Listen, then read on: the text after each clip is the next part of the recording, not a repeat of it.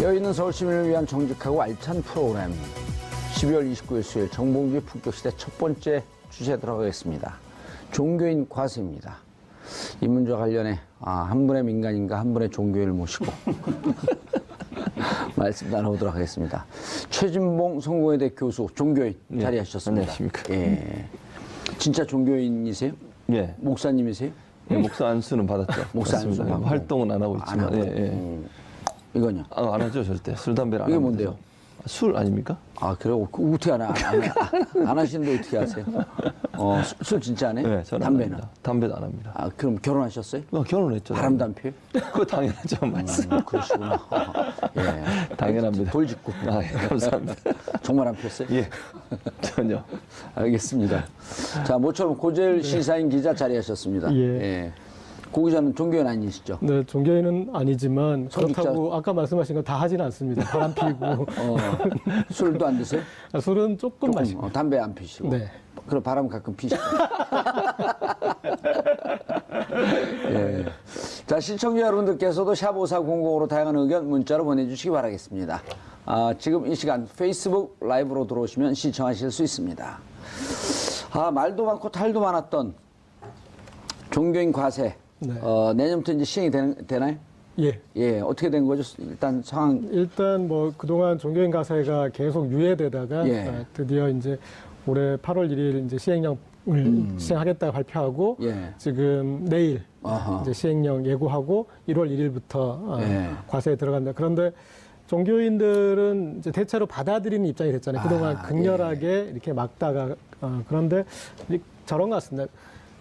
명분에서는 종교인들이 졌는데 실리에서는 얻었다 이렇게 볼 수 있을 것 같습니다. 여론에서는 국민들이 압도적으로 왜 종교인을 과세하지 않느냐 그게 이제 우세했기 때문에 종교인들이 종교인 과세를 막지 못하는 상황이 됐는데 예. 근데 실제적으로 안으로 들어가 보면 대략 지금 도표에 나오고 있지만 세 가지 정도의 얻어냈습니다. 하나는 종교 활동비를 제외하기로 해서 과세 항목에서 그래서 소득의 상당 부분을 종교 활동비로 돌렸을 때 그런 비과세 혜택을 우리가 상상할 수 없을 정도로 이렇게 볼 수 있게 됐고 예. 또 하나는 이제 종교인 과세만 하고 종교 단체 예. 교회나 사찰에 대한 그런 과세 근거는 없기 때문에 그런 종교단체가 세무조사를 받지 않는다라는 것. 그다음 세 번째는 지금 가산세가 발생하더라도 2년간 유예하겠다고 그래서 앞으로 2년 동안은 뭐 특별히 성실신고를 하지 않더라도 큰 어떤 책임을 묻지 않는다라는 것. 예. 이 정도에서 2년 동안 일단 워밍업 기간을 거치겠다. 예. 네. 아하.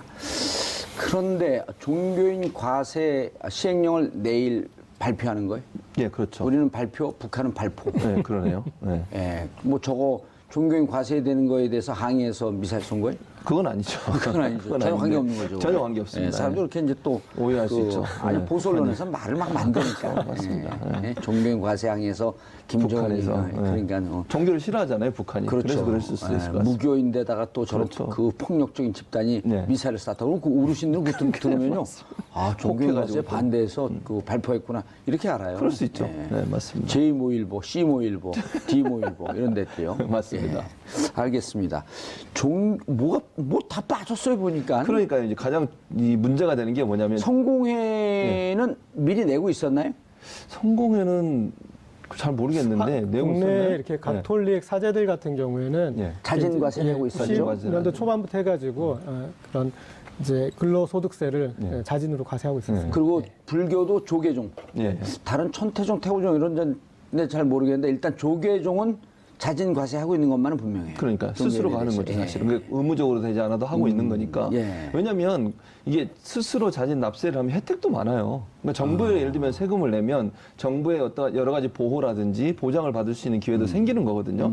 예를 들면 지금 현재 종교인들이 다 개인 사업자로 돼 있잖아요. 그러니까 직장에 잘 몰라요, 우리는. 그렇게 돼 있습니다. 그러다 보니까 결국 연금도 개인 국민연금에 가입을 해야 되고 의료보험이나 다른 뭐 연금 같은 것도 개인이 내야 돼요, 돈을. 그러니까 예를 들면 직장이 있으면 그 직장에서 뭐 어떤 단체로 등록이 되고 거기에 직원들이 전부 다 세무회계에 참여해서 자진 납세를 하게 되면 그게 하나의 직장으로 인정이 돼서 직장 내에서 일정 부분 보장해 주는 부분이 있는데 지금 전혀 그러지 못하고 있는 거죠. 그러니까 문제는 뭐냐면 이런 거죠. 큰 교회, 대형 교회 목사들은 이렇게 하는 게 자기들한테 이익인 거예요. 세금을 안 내는 게. 왜냐하면 그 엄청나게 많은 돈을 받아요. 억대 연봉을 받는 사람들이 있거든요. 근데 그건 소수에 불과해요. 제가 볼 때는. 예. 그리고 이제 소위 우리가 이제 교회 제일 높은 분을 담임 목사 이렇게 얘기하고 그 밑에 부목사들이 이렇게 있잖아요. 예. 저 이분들은 가톨릭으로 따지면 이제 본당 신부님, 예. 그다음에 보좌 신부님. 예, 그렇죠. 이렇게. 근데 이분들은 그 담임 목회자가 받는 연봉에 뭐 좀 정도의 차이는 있을 수 있지만 크게는 10분의 1, 뭐 한 뭐 5분의 1, 뭐 이 정도 받아요. 그러니까 너무 차이가 많이 나는 거예요. 아. 그러니까 담임 목회자는 큰 교회 그것도 큰 교회 담임 목회자 같은 경우에는 세금을 안 내는 게 본인한테 유리한 거예요. 훨씬 더. 그러니까 엄청난 역대 연봉을 받으면 저는 세금을 안 내고 있는 수익이 거잖아요. 많으니까. 그렇죠. 근데 그 밑에 뭐 2천만 원 연봉, 3천만 원 이 정도 주로 받거든요. 부교역자 부목사들이. 근데 이분들은 도리어 그 돈에서 또 자기가 연금도 내야 되고 자기가 의료보험비도 내야 되고 이러는 거잖아요. 결국은 예. 의료보험도 지역 의료보험 가입자가 돼버리니까 그럼 교회에서 그걸 보조를 안 해줘요. 근데 만약에 이게 회사처럼 하나의 조직이 세금을 내는 조직으로 되면 그 사람들도 자기가 일부 내고 또 교회에서 일부 내고 이러면서 보조를 받을 수 있는 거잖아요. 그러니까 거의 한 90% 이상의 목회자들은 사실은 찬성하고 있어요. 근데 겉으로 말을 못하는 이유는 대형교회 목회자들이 그걸 거부하고 반대하고 있기 때문에 찍힐까 봐 말을 못하는 거예요. 그러니까 우리가 생각할 때 목사들이 다 반대한다. 저는 그렇게 생각하지 않아요.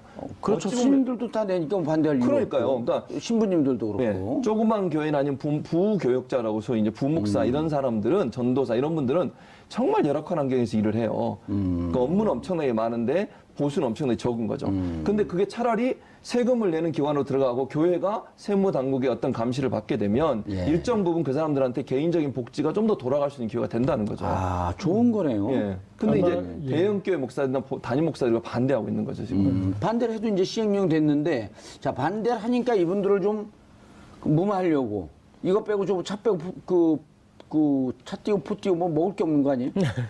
그렇죠. 근데 일단은 이 종교인 과세를 하려고 했던 취지를 좀 처음에 생각해야 될 것 같습니다. 사실은 종교인 과세를 한다고 아까 말씀하셨듯이 이 과세 대상이 되는 사람들이 워낙 사실은 소수예요. 그리고 예. 그 과세해서 징수할 수 있는 세금이 그렇게 큰 규모인 것도 아니고 그렇지만 조세 형평성을 맞추기 위해서 조세 형평성과 조세 투명성, 그러니까 대한민국에서 감춰진 세금이 있어서는 안 된다라는 이제 그런 그 대원칙이 있는 것이고 그래서 1968년 초대 국세청장부터 이게 수건 사업이었고 이게 됐고 그리고 OECD 국가 중에 종교인 과세를 안 하는 나라가 우리나라밖에 없었어요. 그러니까 이 종교인 과세 반대하시면서 이렇게 이건 종교 탄압이라고 기독교 탄압이라고 주장하셨는데 그러면 그동안에 다른 OECD 국가는 기독교 탄압하고 있었던 거죠. 그런데 OECD 국가 중에 유일하게 종교인에 대해서 종교 단체 같은 경우는 다른 나라도 뭐 비영리법인인가 그럴 테니까 좀 이제 다른 방식의 과세나 그런 걸 하겠지만은 종교인에 대해서는 다 과세를 하고 있었고요. 그래서 지금 이제 이게 우리나라로 왔는데 하나님이 유독 대한민국의 목사님들만 그것도 큰 교회 목사님들만 편애하시는 건지 모르겠지만 마지막에 기승전 결론도 지금 이 그런 큰 교회를 운영하시는 목사님한테 유리한 입장으로 간 것 같습니다. 그러니까 우리가 세금을 내는 사람이 자 내가 버는 돈 중에 이 돈은 세금 내고 이 돈은 안 낼래 라고 결정할 수 있는 건 아니잖아요. 그거는 국세청이 판단한 거 법과 이 명령에 의해서 판단되는 것인데 지금 이제 세금을 내지 않을 과세 대상이 되지 않은 종교활동비에 대한 판단 기준이 각 종교단체에 있는 뭐 당회나 그런 데에서 이렇게 지금 결정되게 돼 있어서 그 구조에서 얼마든지 그분들이 이렇게 이 주장하면은 그게 종교활동비로 비과세 항목으로 빠질 수가 있다라는 게 자, 문제인 이 대형교회 목사님이라고 제가 그 생각을 해보고요. 네. 연봉을 뭐 좀 많이 받는다 그러니까 조금 이제 적정해서 연봉 한 12억을 받아요. 네. 그럼 이제 월 1억이니까 예. 1억 중에서 네. 100만 원은 예. 급여고. 280만 원까지 하셔도 돼요. 280만 원까지 해도 세금 안 내요. 280만 원은 급여고. 이게 280만 원 하면 복잡하잖아요. 계산하니까 200만 원 할게 200만 원. 이거 빼기가 힘들어요. 200만 원은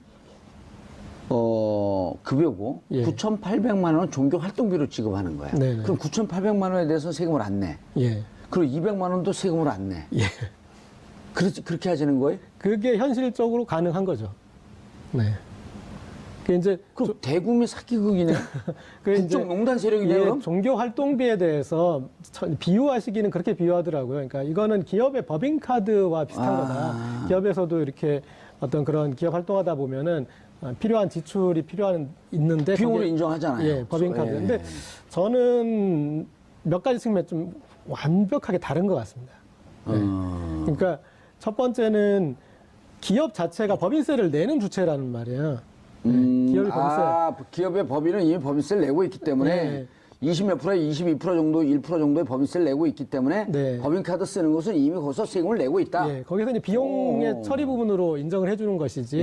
예, 그리고 거기에 대해서 법인카드에 대해서 무한정으로 쓸 수 있는 게 아니라 한도가 있잖아요. 예, 제한돼 있습니다. 차량, 인정해주는 게. 요즘은 차량 비용도 네. 연 1,100만 원인가밖에 인정을 안 해줘요. 예. 차량 운영비 이런 거를. 네. 예전에는 무한정 인정을 해줬거든요. 그러니까 차량 한다 그러면서 이사한테 준 차량이 무슨 그 업무용으로 갖고 6시 이후에는 못 쓰게 되는데 하루 종일 쓰고 다니고 개인용으로 휴일도 쓰고 다니고 그리고 기름값 뭐 다 청구하고. 그렇죠. 근데 이제 증계 안 된단 말이에요. 이거 종교활동비일 경우는 비과세다? 그러면 문제가 눈 되는 가리고 거죠. 아웅이죠, 이게. 그렇죠. 왜냐하면 이런 거예요. 정규 눈 활동비가 가리고 요즘 말이 바뀌었네. 눈 가리고 야옹. 쥐잡아야 되니까. 그러니까 법인카드하고 조금 차원이 다른 게 어떻게 생각하시면 되냐면 보통 이제 뭐 교회만 예를 들어볼게요. 예. 제가 이 교회 목회자의 사례비라고 보통 얘기를 합니다. 우리가 사례비 안에 항목이 여러 가지가 있어요. 아하. 근데 그게 월급이 아니고 이런 거예요. 차량 운영 지원금 얼마 매달, 도서 구입비 얼마, 그 다음에 신방 가는데 드는 교통비 얼마, 그러니까 자녀 학비 얼마.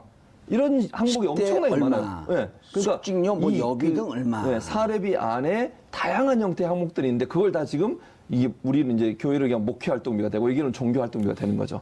그러니까 그럼 다 안 내는 거네? 그렇죠. 그걸 안 내는 거죠. 근데 그건 다 개인이 받는 거예요. 카드를 가지고 가서 쓰는 게 아니라 돈으로 받아요, 직접. 예, 예. 그러니까 목회자가. 예. 그러니까 카드하고 또 다른 개념이에요. 월급 항목처럼 그냥 있는 거죠. 있는 거예요. 월급 항목에 항목만 다른 거고 예. 그걸 이제 목회 활동비로 통틀어서 얘기를 하는 거죠. 그럼 결국 뭐 지금 말씀하신 건 받은 돈의 90% 이상을 그냥 비과세로 할 수 있는 거죠. 왜냐하면 항목만 바꿔주면 돼요. 준 돈은 똑같이 주면서. 저걸 보고 설명하면 아주 좋을 것 같아요. 예. 어느 분이 하실래요? 가위바위보 하실래요? 방금 이제 그런 얘기하신 그런 내용이고요. 지금 이 비과세 항목이 있는데 마지막에 이제 소득에서 제외되는 저 목회 활동비라는 예, 과세, 비과세는 일단 네. 그 급여로 받는 것 중에 예, 예. 그렇죠. 급여로 받는 것 중에 과세가 되는 생활비, 항목과. 사례비 이런 등등 상여금 등등 여기다 세금을 매기고 네. 비과세는 본인 학자금, 본인 차량 유지비 이건 한도가 있네요. 네. 월 20만 원 이하, 출산 및 보육비 6세에 월 10만 원 이하, 사택 지원 이런 등등은 비과세, 세금에서 제외하는 거예요. 저 부분은 이제 이 기본적인 근로소득세의 어떤 그런 그 기준에 원칙과 근거해서. 거의 이제 비슷한 것 같고요.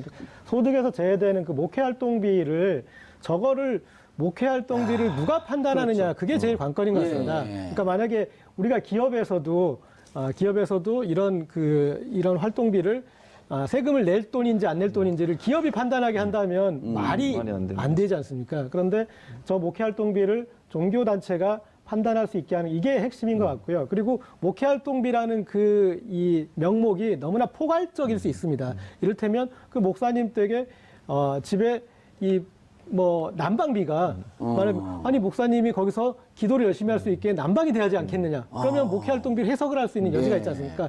여러 가지의 어떤 그런 사적인 그런 영역들을 목회 활동비로 뭉뚱그릴 수가 있는 여지가 있어서 제가 예전에 다니던 교회의 목사님은 뭐 부정적으로 묘사하려는 게 아니라 이제 여기서 활동하면은 신도들도 있고 눈이 많으니까 해외 여행을 자주 다니세요. 해외 여행을. 근데 해외 여행을 해외 선교비. 늘 해외 선교 활동이라 그러셔요. 그 눈을 이렇게 많이 쳐다보고 목사님 정말 선교 활동 하셨어요? 그럼 눈을 싹 이렇게 피해요.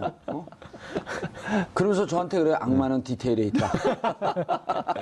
근데 그런 데다 목회 활동도 그 들어가는 목회 거죠. 활동이라고 하면 종교 활동이라고 하면 안 내는 거 아니에요? 비행기 쌌어. 예, 그래서 이제 대부분 연예인이나 스포츠 선수나 이런 사람들이 그러니까 그 비용이 어느 정도에 들어가는지에 대해서 이 가늠하기 한도를 힘들 정하잖아요. 때 예. 그때 이제 원칙을 정해서 그 원칙 안에서 하지 않습니까? 그러니까 목회 활동비라는 것도 어떻게 보면은 비유하자면 그런 이제 연예인이나 스포츠 스타들이 우리가 비용 인정을 해주는 그 범위 안에서 해주면 살 수 있는데 지금처럼 어느 정도 어떤 금액인지 그리고 어떤 식으로 증빙해서 그것을 할 것인지 그런 거에 대한 세부 규정이 명확하지 않은 상태에서 그것을 공을 그리고 권한을 어떤 세금에 대한 권한을 그쪽 종교단체로 넘겨버린 것은 그건 이해하기 힘든 조치인 것 같습니다. 아, 앞으로 이제 어쨌든 개정이 좀 돼야 되겠네요. 예를 들어, 목사님이 아니라 교수님. 예.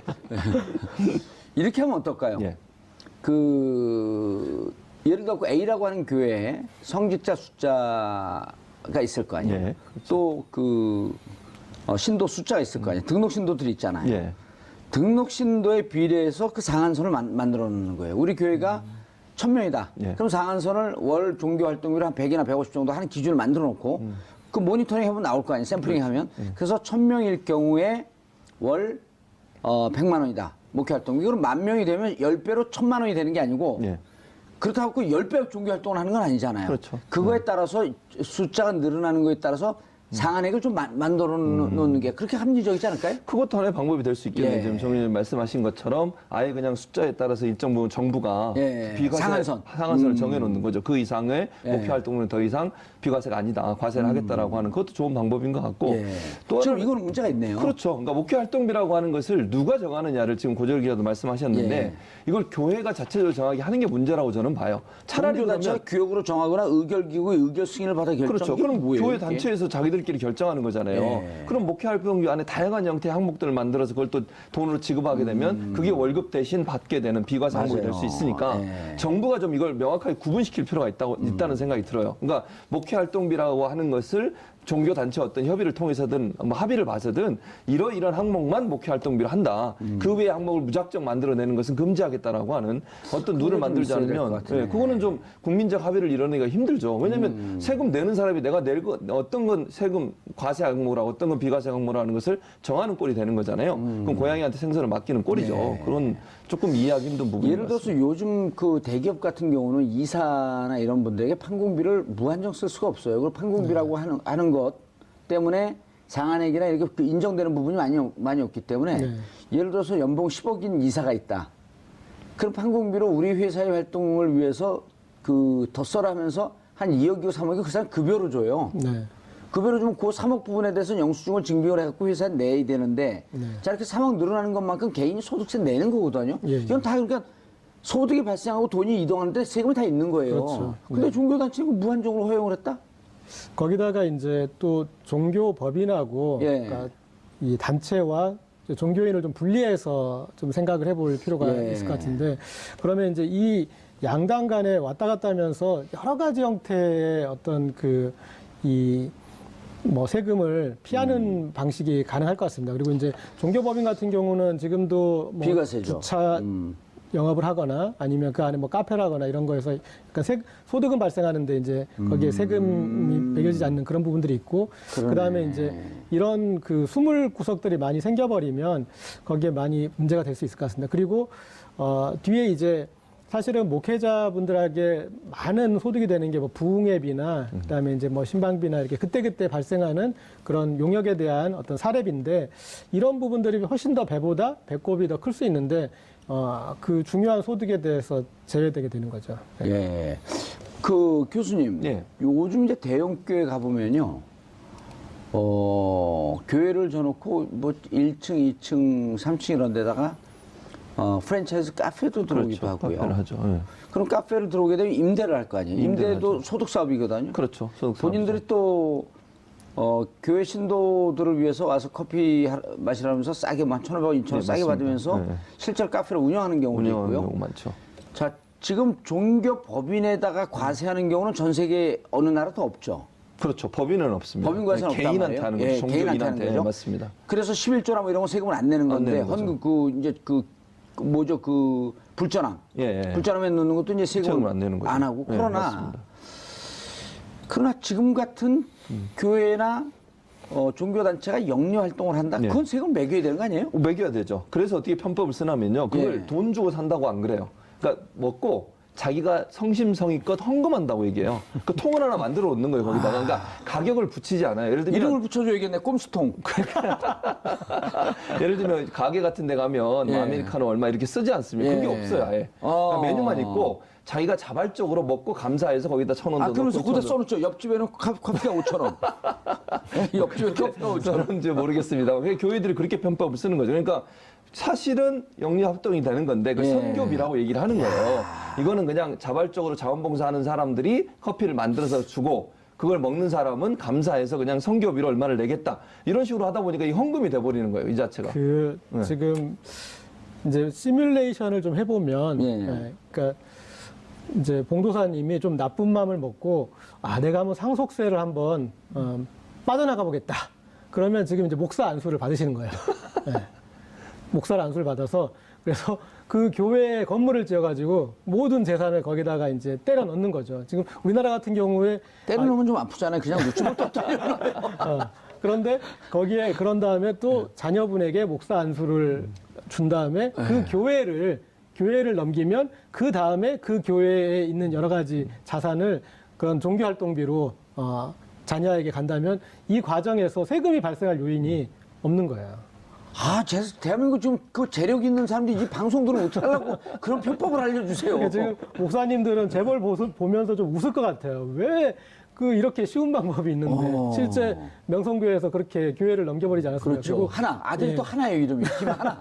그래서 아들 볼 때 하나님 그러면. 너무 못 때려요. 이름이 하나예요. 맞습니다. 그거는 진짜 하나님에 대한 모독 아니에요? 그렇게 신성 모독이네요. 신성 모독이에요. 아버지가 아들한테 안수를 주면서 우리 하나님께서. 근데 하나님이 몇 번 모독을 당하셨더라고요. 그 과정을 보면은.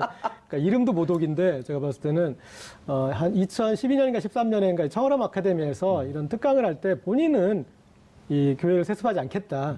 그런 식으로 아주 공개 장소에서 얘기를 했어요. 예. 그러니까 하나님이 그런가 보다 생각하셨을 거 아니에요. 근데 뒤통수를 맞은 거예요. 예. 그런데 거기에 그 하나님은 뒤통수를 맞고 이 하나님은 재산을 받고. 그런데 이번에 이제 이 교회 세습이 됐는데 그 과정에서도 계속 하나님을 이름으로 이걸 받았어요.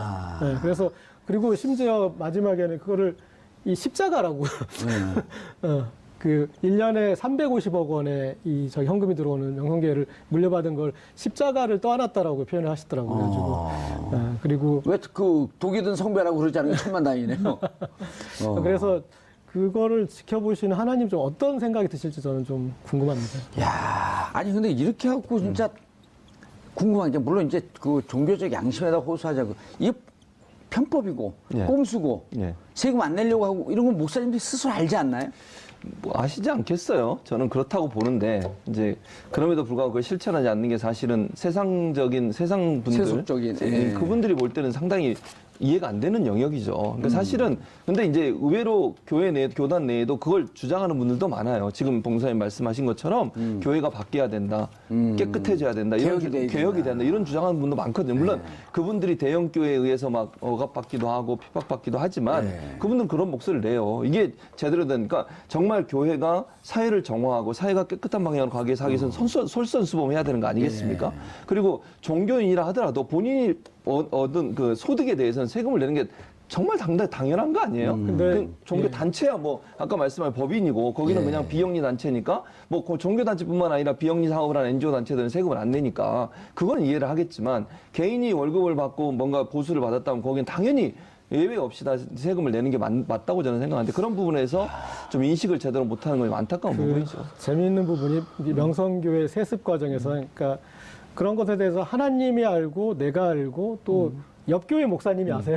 그러니까 옆교회 광성교회라는 그 큰 또 교회가 있는데 그리고 광성교회 목사님은 뭐 교계에서 뭐 그런 당회장도 하시고 상당히 그런 인지도가 있는 분인데 이 과정에서 세습하기 좀 전에 지역 노회에서 이것에 대해서 인준을 해줘요. 그때 이 광성교회 목사님이 해주셨는데 그 전에 명성교회에서 광성교회 부동산을 시가보다 상당히 더 값을 후하게 쳐줘서 인수하는 그런 사건이 있었어요. 네, 그래서 이 이해관계가 발생한 뒤에 이 지역 노회를 통해서 세습을 인준해주는 그런 과정도 거치고 그래서 글쎄 뭐 기독교계 총체적 단일 교회에 그런 문제를 보여주는 것이 아닌 것 같고 그리고 또 대형 교회에서 이런 사례가 너무나 빈번하게 일어났지 않습니까? 그래서 저는 좀 아니 그 명성 그러니까 이게 보니까 그 목사님이 명성교회 목사 씨라 그러면 안 되지. 목사님이라 그러면 되잖아. 목사 씨. 목사 씨. 님이라고 부르기가 좀 그래요. 대형교회 목사가 좋습니다. 목사가 삼환이에요. 삼자 환자. 성함이 환은 구슬 환자 아니에요. 그렇죠? 모르겠어요. 이분 그, 제 느낌은 세 개의 나중에 이름을 바꿨는지 세 개의 골이란 말이에요. 이게 삼위일체로 아니에요. 성부와 성자와 성신의 이름으로. 그렇습니까? 네, 삼위일체로. 삼위일체는 있죠. 성부와 성자와 성신. 세 개의 구슬이 마지막에 하나님에게 전한. 아들은 하나예요. 김 하나. 야, 안 창피해요? 같은 목사로서. 아, 그렇죠. 이렇게 하면 안 되는 거죠. 이거는요. 교회 내에서도 사실은 이렇게 하지 말자라고 결의도 하고 또 법도 있어 교단에 이렇게 이게 세습하면 안 된다라고. 세습 금지. 네, 그런 법도 만들었어요. 근데 세습 방지. 그 법이 무의미하게 되는 거죠. 사실 큰 대형 교회가 그렇게 하는 거를 물리적으로 막을 수 있는 방법이 없는 거예요. 그러니까 이게 이제 김상환 목사의 명성교회인데 여기 같은 경우는 엄청나게 크거든요. 10만 명, 성도 10만 명 정도 돼요. 그러니까 규모로 보면 엄청나게 큰 교회고요. 그러다 보니까 이제 그 교회의 영향력이 아까 노예 얘기한 노예라고 하는 것은 지역에 있는 교회들이 모여서 만든 연합체예요. 거기서 이걸 관리하거든요. 전체 그 지역의 뭐 교회나 목회자들이 어떤 활동이 되는 것에 대해서 징계할 거면 징계도 하고 또는 뭐 제정할 거면 규정도 제정하고 이러는데 그 교회가 그 노예가 이 교회의 영향력으로 자유로울 수 없다는 거죠. 왜? 노예 활동비에 가장 많은 부분을 지출을 하고요. 노예에서 가장 영향력 있는 행사를 하기 때문에 대형 교회를 노예 입장에서 징계를 하거나 아니면 제재를 가거나 이럴 수 없는 상황이에요. 왜냐하면 대형 교회가 노예를 거의 쥐고 흔드는 상황이 되는 거니까. 아니 등록 신도가 10만 명, 연간 재정이 1,000억. 예. 그 연간 재정 1,000억이면요. 대한축구협회가 한 1,400억, 1,200억까지 갔다가 최근에 이제 우리 팀이 잘 못하면서 한 700억 정도로 주저앉았거든요. 한 교회 예산이 대한축구협회 예산보다도 많아요. 근데 저는 이런 일이 벌어지는 과정에서 신도들이 입는 그 상처 이 부분이 엄청나게 큰 것 같아요. 그러니까 이런 무리수를 진행하게 되면은 그것을 앞장서는 사람들이 있지 않습니까?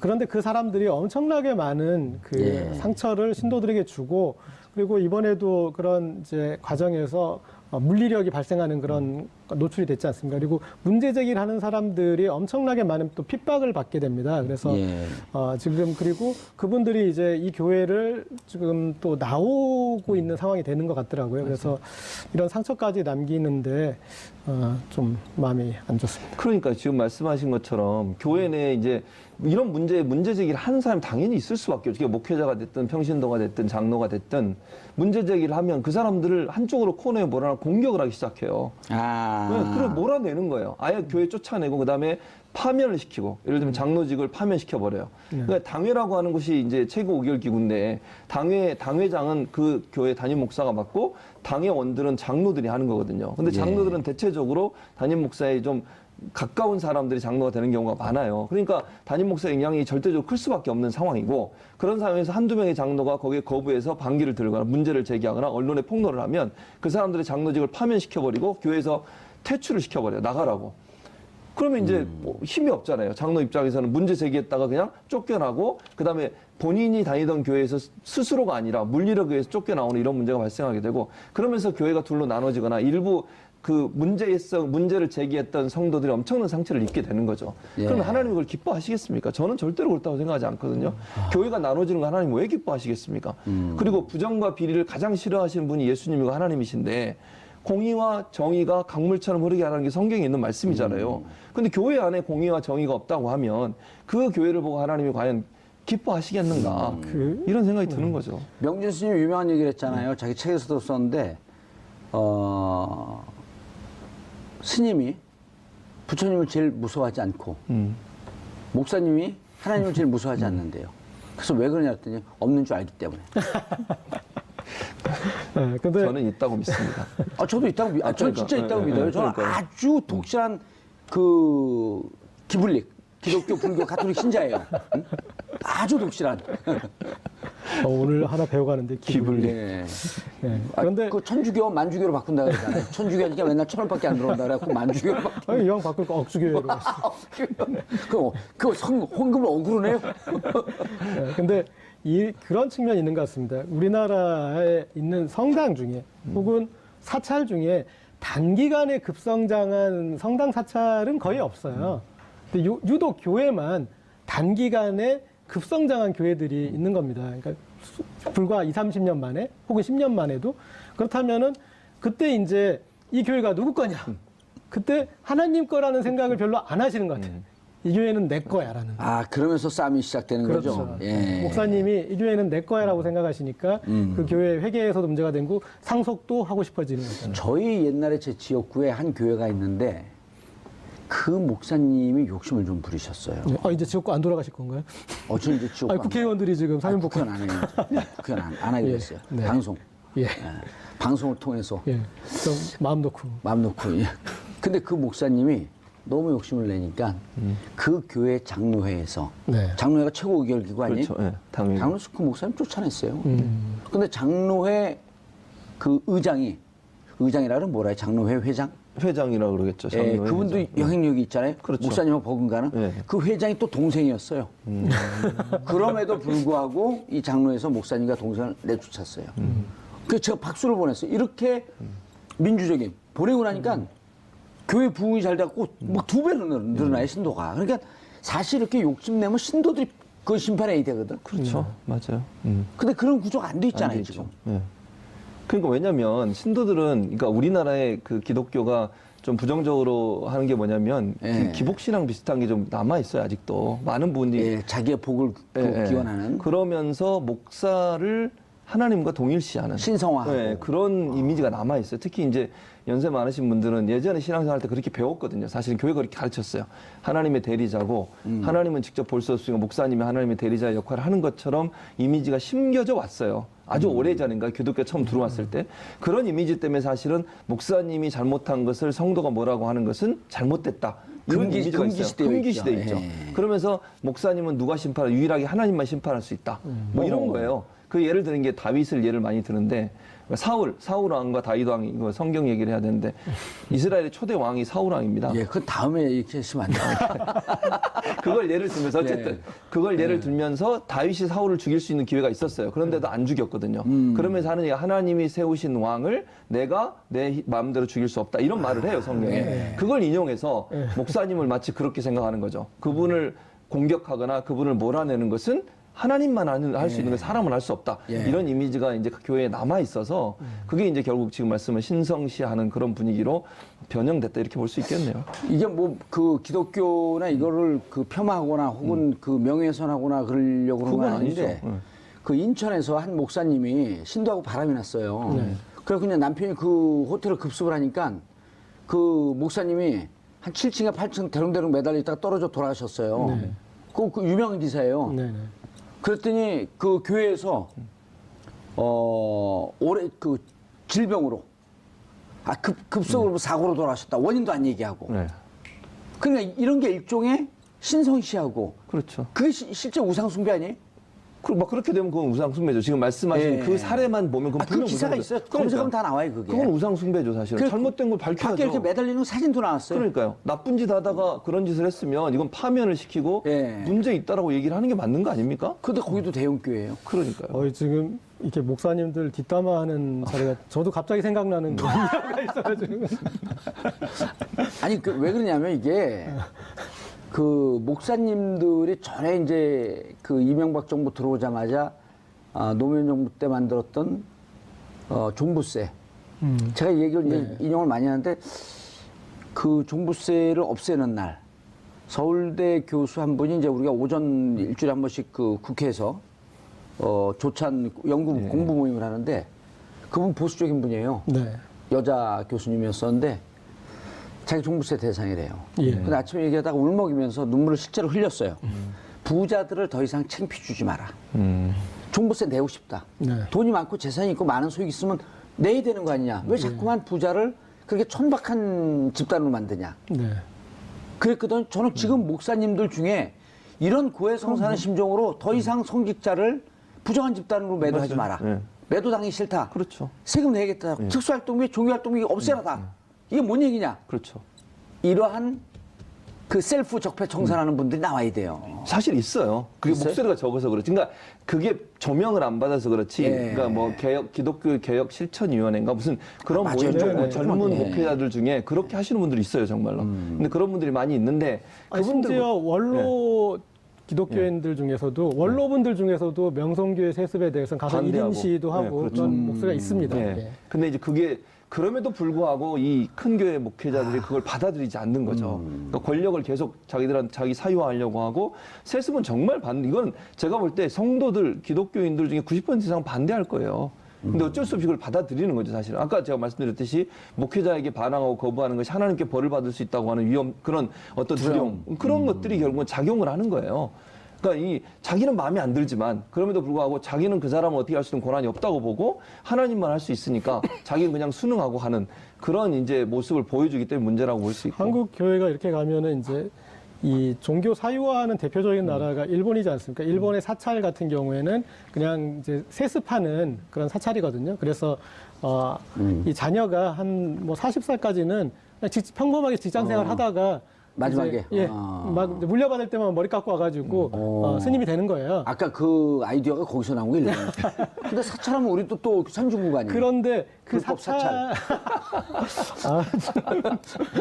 근데 그 사찰의 의미가 일본에서는 예. 거의 종교적인 의미라기보다는 장례식을 집행하는 일종의 서비스 업체에 그렇죠. 지나지 않는 거예요. 예. 그래서 그냥 이렇게 하면 이제 그냥 장례식 정도를 집행해주는. 그래서 그 영업력을 인수인계 받는 거죠. 그런데 한국 교회가 이런 식으로 세습으로 가면은 저는 그런 일본 사찰이 갖는 그런 정도의 역할밖에 우리 사회에서 못하지 않나 맞아요. 싶습니다. 그리고 종교인들이 떠난 그 교회나 예. 목사나 성당이 존재할 수 없잖아요. 그렇죠. 우리가 시청자가 떠나면 우리 방송에 왜 의미가 있어요? 그렇죠. 그러니까 모든 것의 주인은 결국은 신도고 맞습니다. 국민이고 시청자고 이런 주장을 하는 거 아니에요? 그래서 당연하죠. 그러니까 교회도 민주화돼야 돼요. 저는 그렇게 생각해요.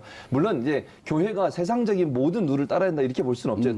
특수성을 갖고 있습니다. 그럼에도 불구하고 사회법이 또 따로 있으니까. 그렇죠. 예. 그럼에도 불구하고 가능한 한 모든 방법이 민주적인 방법이 동원이 돼야 돼요. 예. 그러니까 특수한 경우를 빼고는. 근데 지금 구조를 보면 그런 의사결정이 안 돼요, 사실은. 그러니까 소위 목회자나 장로나 이런 어떤 교회 내 권위적인 집단이나 단체가 모든 걸 결정하고 그것이 일방적으로 하향식으로 전달되는 그런 구조를 갖고 있기 때문에 민주적으로 성도들이 원하는 부분이 받아들이는 부분이 적어서 이런 문제가 계속 발생하는 원인이 아닌가 하는 생각이 듭니다. 그런데 앞으로 이게 지금 이제 그 범위를 종교 활동비는 면세다. 비과세다. 이런 등등은 시행령으로 바꿀 수 있는 건가요? 아니면 법을 바꿔야 되는 건가요? 지금 결정 단계가 시행령 단계에서 결정한 거 아닙니까? 아, 그럼 시행령 바꾸면 또 가능할 수 시행령 바꾸면 있겠네요. 가능할 것 같습니다. 왜냐하면 처음에 일단 종교인 과세한다라고 하는 그 턱을 넘는 의미가 있거든요. 네. 그리고 그리고 이제 이미 그것에 대해서는 법적인 거는 국회에서 다 절차를 밟아서 끝난 것이고 다만 이제 시행령 시행하면서 과세 범위를 어디까지 할 것인지. 우리 2부 순서 나온 김준영 교수도 또 교회 오빠예요, 여기도. 네? 여기도 목사님 되려고 그러다가 그냥 이것을 하는 바람에 그냥. 앞으로 그 시행령을 고치면서 과세 범위를 좀 더 넓힐 수 있는 그 개선의 방향은 여지는 있네요. 네, 그리고 이 국민들이 지켜보고 있다라는 거, 그리고 하나님이 지켜보고 있습니다. 예. 그거 좀 헤아려줬으면 좋겠고. 안무소 안 되니까요. 그 명성교회 세습 반대할 때 원로 목사님이 한 분 거기 가서 예. 이렇게 반대를 하니까 주변에서 걱정하는 목소리는 이렇게 힘 있는 목사한테 왜 가서 개기느냐. 그러니까, 이 말 한마디로 천냥빚을 진대는데 그러니까 그 목사님이 그 김동호 목사님 그런 말 하셨어요. 김동욱 목사님. 그러면 나 천냥 내고 나 할 말 할게. 그런 분도 있었는데 좀 자정작용에 의해서 이 부분이 좀 알겠습니다. 보완됐으면 좋겠습니다. 한국 대형교회 목회자의 죄악상을 다룬 코바디스 김재환 감독이 한 말이 있습니다. 교회는 그리스로 이동해 철학이 됐고 로마로 가서는 제도가 됐다. 그 다음에 유럽에서는 문화가 됐으며 마침내 미국에 왔을 때 교회는 기업이 됐다. 미국 상원의 채플 목사였던 리처드 헬버슨 목사의 말에 한마디 덧붙인다면 김재환 감독의 말입니다. 교회는 한국으로 와서는 대기업이 됐다. 여기서 우리가 한마디 더 한다면 상속받는 대기업이 됐다. 교회가 좀 정신 차리기 바라겠습니다. 정봉주 품격시대에서는 여러분의 소중한 의견 받습니다. 샵 5400으로 주제에 맞는 다양한 의견 문자로 보내주시기 바라겠습니다. 100원의 정보 용료가 부과됩니다. 정봉주 품격시대 두 번째 주제 북한의 미사일 도발 소식입니다. 자, 함께 하실 두 분입니다. 일부에서 말씀드렸던 교육파 김준영 한동대 교수 자리하셨습니다. 예. 정욱식 평화네트워크 대표 자리하셨습니다. 안녕하십니까. 예. 두 분은 종교인 과세에 대해서 찬성하시죠? 당연하죠. 저는 물론입니다. 어, 저는 참고로 무교입니다. 무교예요? 예, 예. 아이, 그 기불릭 믿으세요. 제가 신종 종교. 첫 번째 소식은 별로 찜찜한 소식이네요. 두 번째 소식도 역시 찜찜한 소식이네요. 상황이 어떻게 된 거죠? 정리해 주시죠. 미사일 발사. 미사일 전문가. 예, 미사일 전문가십니다. 예. 저야 뭐. 예. 제가 뭐 미사일 전문가는 아니고요. 아무튼 뭐 아침에 새벽에 뭐 삐삐거리길래 뭔가 하고 봤더니만 속보가 떴더라고요. 예. 예. 오늘 새벽 한 3시경에 예. 북한 이제 평성이라고 이제 평양 옆에 있는 곳에서 미사일을 발사해서 이제 일본의 배타적 경제 수역에 떨어졌다. 예. 그래서 뭐 최고 비행 고도가 4,477km인가요? 북한이 발표한 게 그 정도였던 것 같고 또 비행 거리는 이제 950km라고 얘기를 했는데 예. 그러면 이제 보통 그 미사일 사거리는 최고 비행 고도에 한 곱하기 3 정도 하게 되거든요. 그러면 이제 대강 한 4,500km까지 올라갔다고 한다면 곱하기 3을 하면 한 13,000km가 넘어서게 되고 그러면 이제 미국 전역, 워싱턴이나 뉴욕까지 일단 사거리상으로는 들어온다. 이렇게 분석할 수 있겠죠. 예, 궤도 그 재진입 기술, 네. 대기권 재진입 기술은 어떻게 확인이 됐나? 이건 안 됐나요? 지난번에 IRBM급 해갑관 6,000에서 7,000km 날아갔을 때 그때는 실패했다 이렇게 보도도 나왔잖아요. 그러니까 재진입 기술에 있어 가장 중요한 게 두 가지 정도거든요. 예. 하나는 이제 그 재진입할 때 엄청난 고압이 발생하니까 그거로부터 이제 안에 있는 내용물, 탱두를 보호를 해야겠죠. 보호하기 위해서 한 예, 예. 40에서 60도를 유지하는 것. 뭐 각도도 중요합니다만 아니, 고압 보호부터 열. 보호할 수 있는 예. 그걸 이제 그것이 하나 있고 또 하나는 이제 원하는 위치에 이제 그걸 정확히 탄착시킬 수 있는 예. 그 두 가지 기술이 중요하다고 할 수 있는데 뭐 저 개인적으로는 이번 미사일 발사로 그 두 가지 관문을 다 넘어서지 않았나라는 생각을 합니다. 오, 그럼 완성 단계에 들어갔나요? 보통 이게 이제 불안하면 이제 재진입하는 과정에서 이게 폭발을 한다든지 예. 이게 굉장히 이제 이 비행 과정에서 이제 크게 흔들리면서 원형 공선 오차라 그러는데 이제 좀 딴지역으로 떨어진다든지 그렇죠. 이렇게 이제 있는데. 상마가 그렇죠. 균일되게 네, 타지 않기 때문에 그렇죠. 예. 다른 곳으로 빠지는. 네네네. 근데 이번 같은 경우에는 비교적 북한이 설정한 목표에 정확히 떨어졌기 때문에 그것도 굉장히 높은 고도에서 재진입하는 과정에서 탄두가 뭐 안전하게 보호된 상태에서 탄착됐기 때문에 기술적으로 그게- 상당히 진보했다 이렇게 볼 수 있을 것 그 같습니다. 위성으로 확인됐나요? 이제 북한의 발표 내용 북한의 발표 그리고 내용으로 이제 지금 따지면. 지금 한미 군당국에서 발표한 내용도 성공으로 간주하는 이런 어떤 부분들이어서 기술적으로 볼 때는 상당히 진일보한 이런 측면이 있다. 이제 일부에서는 좀 의심하는 부분도 존재하죠. 왜냐하면 이제 정상각도 발사가 아니니까 재진입 자체가 완전히 했겠는 의심이 좀 있고요. 또 하나는 사거리를 늘리기 위해서 안에 뭘 넣느냐. 실제로 묻던 폭탄보다는 훨씬 가벼운 걸 넣었을 것이다. 뭐 그런 의심들을 제기하고는 있습니다. 충분히 제기할 수 있는 네, 거 아니에요? 네, 예. 자, 북한이 며칠 만에 그 발사했다고요? 75일. 75일. 어떤 그때 예측을 하긴 하셨는데 네, 한두 번도 했죠. 하실 것이다. 네. 핵실험은 좀 위험하니까 발사 쪽으로 갈 것이다. 그렇게 예측을 하셨었죠. 예, 핵실험은 뭐 실제로 뭐 웬만큼 제가 보기에는 완성이 되는 것 같고요. 이제 ICBM을 보여줘야 되니까. 이제 두 가지 의심이 있었죠.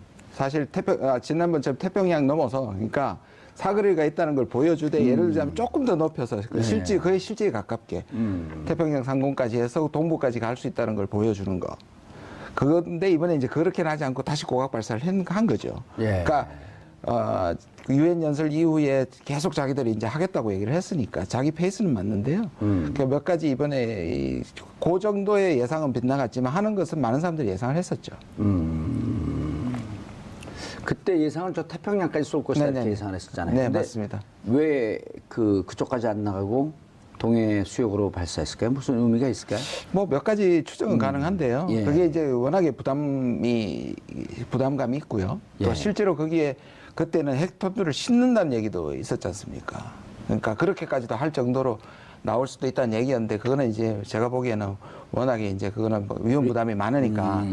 그러나 그럼에도 불구하고 이제 핵 완성을 얘기를 하려면 그 정도에는 하지 않을까 봤었는데 북한이 지난번에 미국의 압박이나 제재 같은 부분에 있어서 상당히 이제 좀 뭐 시쳇말로 좀 쫄았다는 것도 있고요. 그런 분석도 쫄았다? 있고. 아. 그래서 도발 수위를 높이지 않고 완성을 실현하는 방향으로 좀 타협책을 했다는 부분도 있고 또 하나는 75일간 자기 프로그램이 있긴 했지만 뭔가 기술적인 완성도에 좀 더 가기 위해서 시간이 필요했다. 그래서 한 번 더 만약에 이것이 이제 필요하다면 한 번 더 할 수도 있지 않겠는가. 오늘 완성을 선언했기 때문에 안 할 수도 있겠지만 그 가능성이 여전히 조금 남아있다고 보여집니다. 예. 미국의 대응이 궁금하잖아요. 예, 어떻게 대응했나요? 뭐 오늘 We will take care of it이라고 해가지고 뭐 코리아 패싱하고 연결해서 자기가 뭘 하겠다. 근데 대통령이 바로 사실 제가 어제 그 정부 사람들하고 만나기로 했는데 비상이 걸렸어요. 다 알고 있었던 것 같아요. 교도통신만 안 게 아니라 전부 비상 근무에 어제 들어갔고. 아, 어제 청와대 관계자들 안보실. 안보실 관계자들 그랬기 때문에 지금 그쪽 자문위원 아니신가요? 네, 맞습니다. 뭐 내용은 모르지만요. 그러나 분명히 어제 비상이 걸렸었고요. 그러면 충분히 대비가 됐고 발사 2분 만에 지금 대통령한테 보고가 됐고 대통령의 워딩도 다 준비된 것 같아요. 그런 점에서 이 분명히 도발이라는 부분을 지적하되 선제 공격이나 전쟁 문제까지 아마 다루지 않았나 그렇게 생각합니다. 또 전화도 했고요. 네. 전쟁이에요? 아니요. 오, 전쟁 얘기하니까 섬뜩해요. 일단 얼마 전에 한미 정상회담이나 미중 정상회담에서 예. 북핵 문제 평화적 해결 원칙을 재확인했기 때문에 아무리 트럼프라고 하더라도 다짜고짜 북한을 선제 공격할 가능성은 뭐 굉장히 낮다라고 보여지고요. 예, 한미 정상이 이번 상황에 대해서 다 예측을 하고 있었잖아요. 정부에서도 곧 미사일 발표가 예측이 된다 이런 얘기들도 있었고요. 예, 그러니까 뭐 이제 그 레이더 가동 그 신호가 이제 포착이 됐고 그 해당 부대에서 굉장히 통신이 활발하게 이루어졌다 이런 얘기들은 이미 이제 있었던 것이고 방금 전에 김 교수님 말씀하신 것처럼 그런 이유 때문에 미사일 발사 전부터 청와대 안보실 사람들이 이제 비상대기 상태에 있었던 거로 이제 추정해 볼 수 있겠죠. 예. 앞으로 이 외교적 상황, 그러니까 일단 미국에서는 어떻게 그 틸러슨이 이렇게 얘기했어요. 여전히 외교 옵션도 유효하다. 그리고 이제 우리말로 하면 그 트럼프가 여러 가지 얘기했어요. 북한은 이번 미사일 발사 미국의 대북 정책 접근법을 바꾸지는 못할 것. 이건 무슨 의미죠? 그러니까 안 지겠다는 얘기죠. 기싸움을 하는 거죠. 그러니까 일단 지금 그 트럼프 입장에서는 일종의 좀 의문의 일패를 당한 셈이죠. 그러니까 올해 그 1월 1일 날 김정은이 신년사에서 네. 대륙간 탄도 미사일 마감 단계에 있다. 그러니까 바로 트럼프가 트위터로 그런 일은 없을 거다. 없을 것이다. 이렇게 얘기를 했는데 연말에 대해서 어찌되었든 북한이 일단 사거리상으로 ICBM을 발사한 상태에 있고 그걸 근거로 해서 북한이 이제 이른바 국가 핵무기 건설 완성을 선포한 이런 상태에 있는 것이죠. 그래서 이런 상태에서 이제 트럼프가 뭐 이런 이제 기존의 미국의 대북 정책을 바꾸지 못할 것이다. 이런 어떤 부분들은 지금까지 추구해왔던 방식, 이른바 강력한 경제 제재, 그리고 북한에 대한 외교적 고립화, 그리고 최첨단 무기를 동원한 무력 시위, 이걸로 이루어진 최대의 압박을 계속 가하겠다. 지금보다 더 강화시키겠다. 그런 의지가 내비쳐져 있습니다만, 그건 지금까지 이제 계속 해왔던 거기 때문에 이런 어떤 접근법이 지금의 상황을 바꾸기에는 역부족이다라고 생각이 되는 거죠. 미국 내부에 이런 게 있었습니다. 40일 법칙, 60일 법칙이라는 게 있었어요. 그러니까 미국 외교에? 네, 미국 외교에 이제 40일 법칙이 뭐냐면 7월 4일, 28일 하고 9월 7일까지 6차 핵실험까지 40여일 됩니다. 그 다음에 나온 얘기가 뭐냐, 북한이 60일간 도발을 하지 않으면 북한과 대화를 할 수 있는 조건이 완성이 된다. 이런 얘기가 국무에서 틸러슨이나 조셉 윤에서 계속 나왔었습니다. 근데 이번에도 75일이니까 예. 그 틸러슨과 얼마 전에 트럼프와 서로 IQ 가지고 한 싸운 적 있죠. 예. 모르겠어요. 그렇지 않습니까? 뭐 사석에서 그 모란이란 말을 쓰니까 모란이란 멍청이란 말이거든요. 틸러슨이 쓰니까 트럼프가 우리 IQ 테스트 같이 한번 해볼까 할 정도로 왔었죠. 참 재밌는 나라예요. 그렇죠. 그러니까 틸러슨은 계속 지금도 나왔지만 대화론자지 않습니까? 국무부는 대화론이니까. 예. 국무부가 이제 애드블룬을 띄우는 거예요, 내부에서. 60일 동안 안 하면 미국한테도 얘기하고 예. 북한한테도 얘기하는 거예요. 60일 조용히 하면 뭘 하자. 예. 그리고 실제로 이제 몇 가지 이 컨택 포인트에서 예. 북한한테 대화 제의를 한 걸로 알고 있습니다. 그리고 틸러슨이 그 트럼프 오기 전에 아시아 순방할 때 그 얘기를 했잖아요. 그렇죠. 1,000여 개 정도의 컨택 채널로 포인트를 대화를 했다. 하고 있다. 근데 또 트럼프는 그거 별로 소용없을 것이라고 또 예. 헛수고하지 말라고 트위터로 날렸어요. 헛수고하지 말라고 날렸잖아요. 예. 아무튼 국무부는 그렇게 이제 하는데 북한이 계속 거절해왔습니다. 완성될 때까지. 그 이유도 있고 표면적인 이유는 너희들이 유엔 연설에서 우리를 쓸어버리겠다 했기 때문에 우린 대화 안 한다. 네. 그러니까 그 과정에서 이제 러시아가 나름대로 중재 외교를 시도했던 것이죠. 예.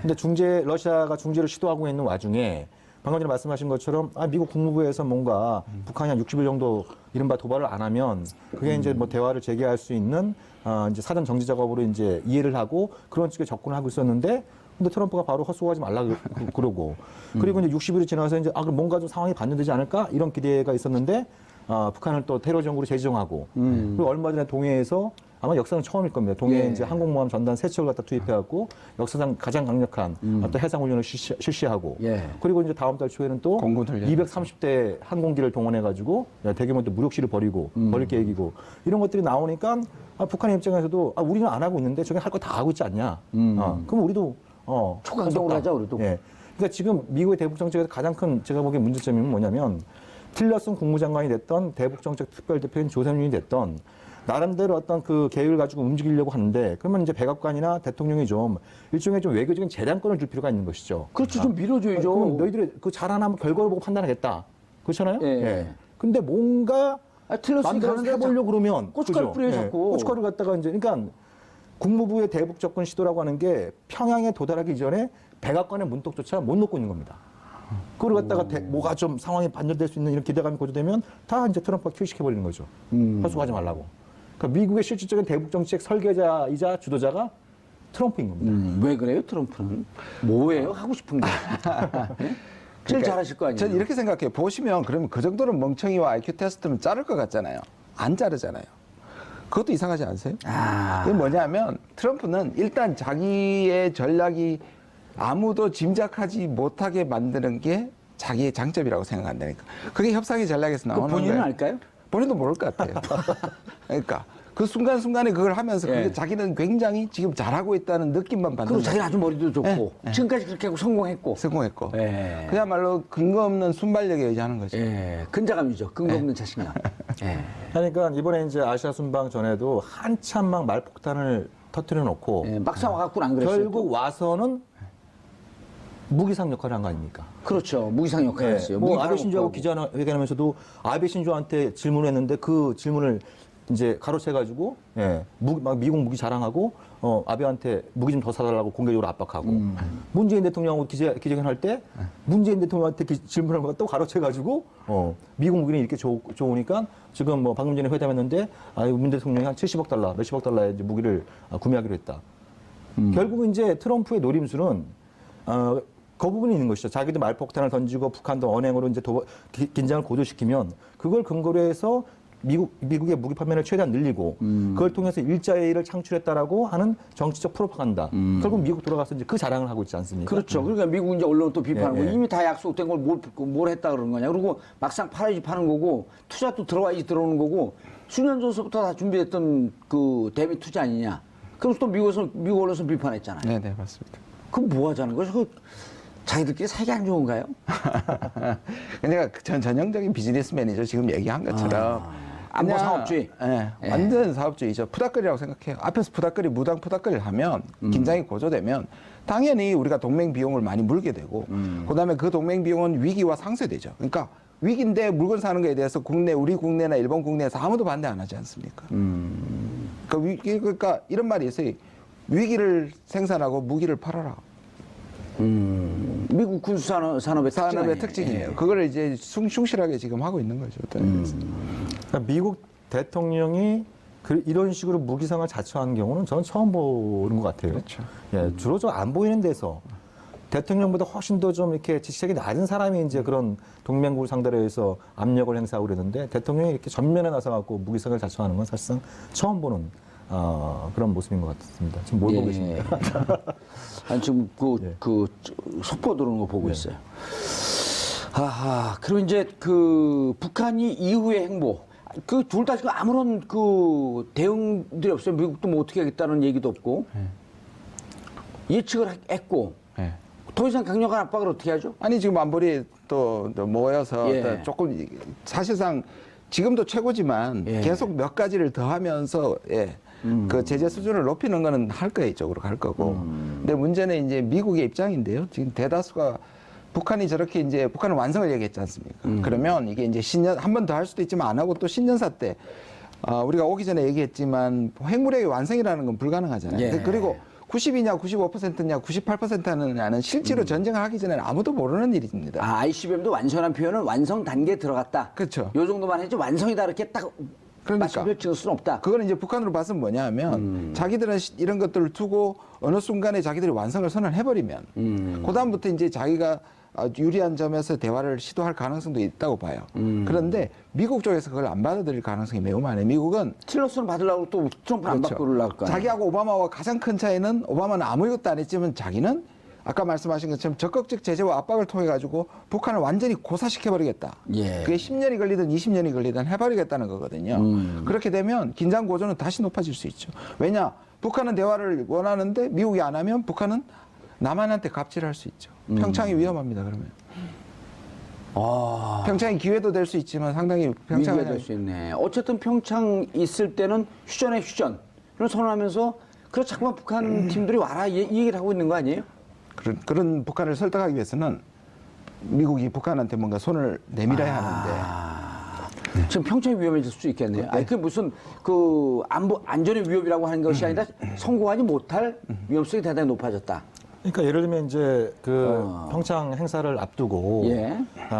뭐 예를 들면 이제 북한이 또다시 뭐 핵실험이나 이제 미사일 발사 혹은 다른 방식으로 한반도 긴장을 고조시킨다든지 아니면 이제 최근에 이제 그 트럼프의 이른바 최대한의 압박 전략에서 중요한 특징 중에 하나가 경제적 제재와 외교적 고립화가 더불어서 굉장히 강도 높은 무력 시위를 벌이고 있다는 점이죠. 예. 네, 이거는 이제 북한 내부적으로 이제 군사적인 스트레스를 굉장히 가중시키겠다는 겁니다. 예, 군사적인 스트레스를 가중시키다 보면 북한이 거기서 대응 훈련을 하게 되면 안 그래도 기름도 별로 없는데 뭐 이제 전투기에 쓰는 이제 연료가 떨어진다든지 또 북한이 이제 전시 체제에 돌입하게 되면 그 과정에서 굉장히 북한 내부에서 불안정한 상태가 고조될 수 있다든지 이런 것들에 대한 어떤 노름수가 깔려 있는데 여기에 이제 좀 속된 말로 맞들여 가지고 계속 이제 오늘 공언하는 것처럼 더 군사적으로 경제 제재뿐만 아니라 군사적인 어떤 압박도 강화하겠다라고 한다면 그러면 지금 이제 일부 국가들에서 저 상태에서 좀 올림픽 참가가 이게 가능하겠어?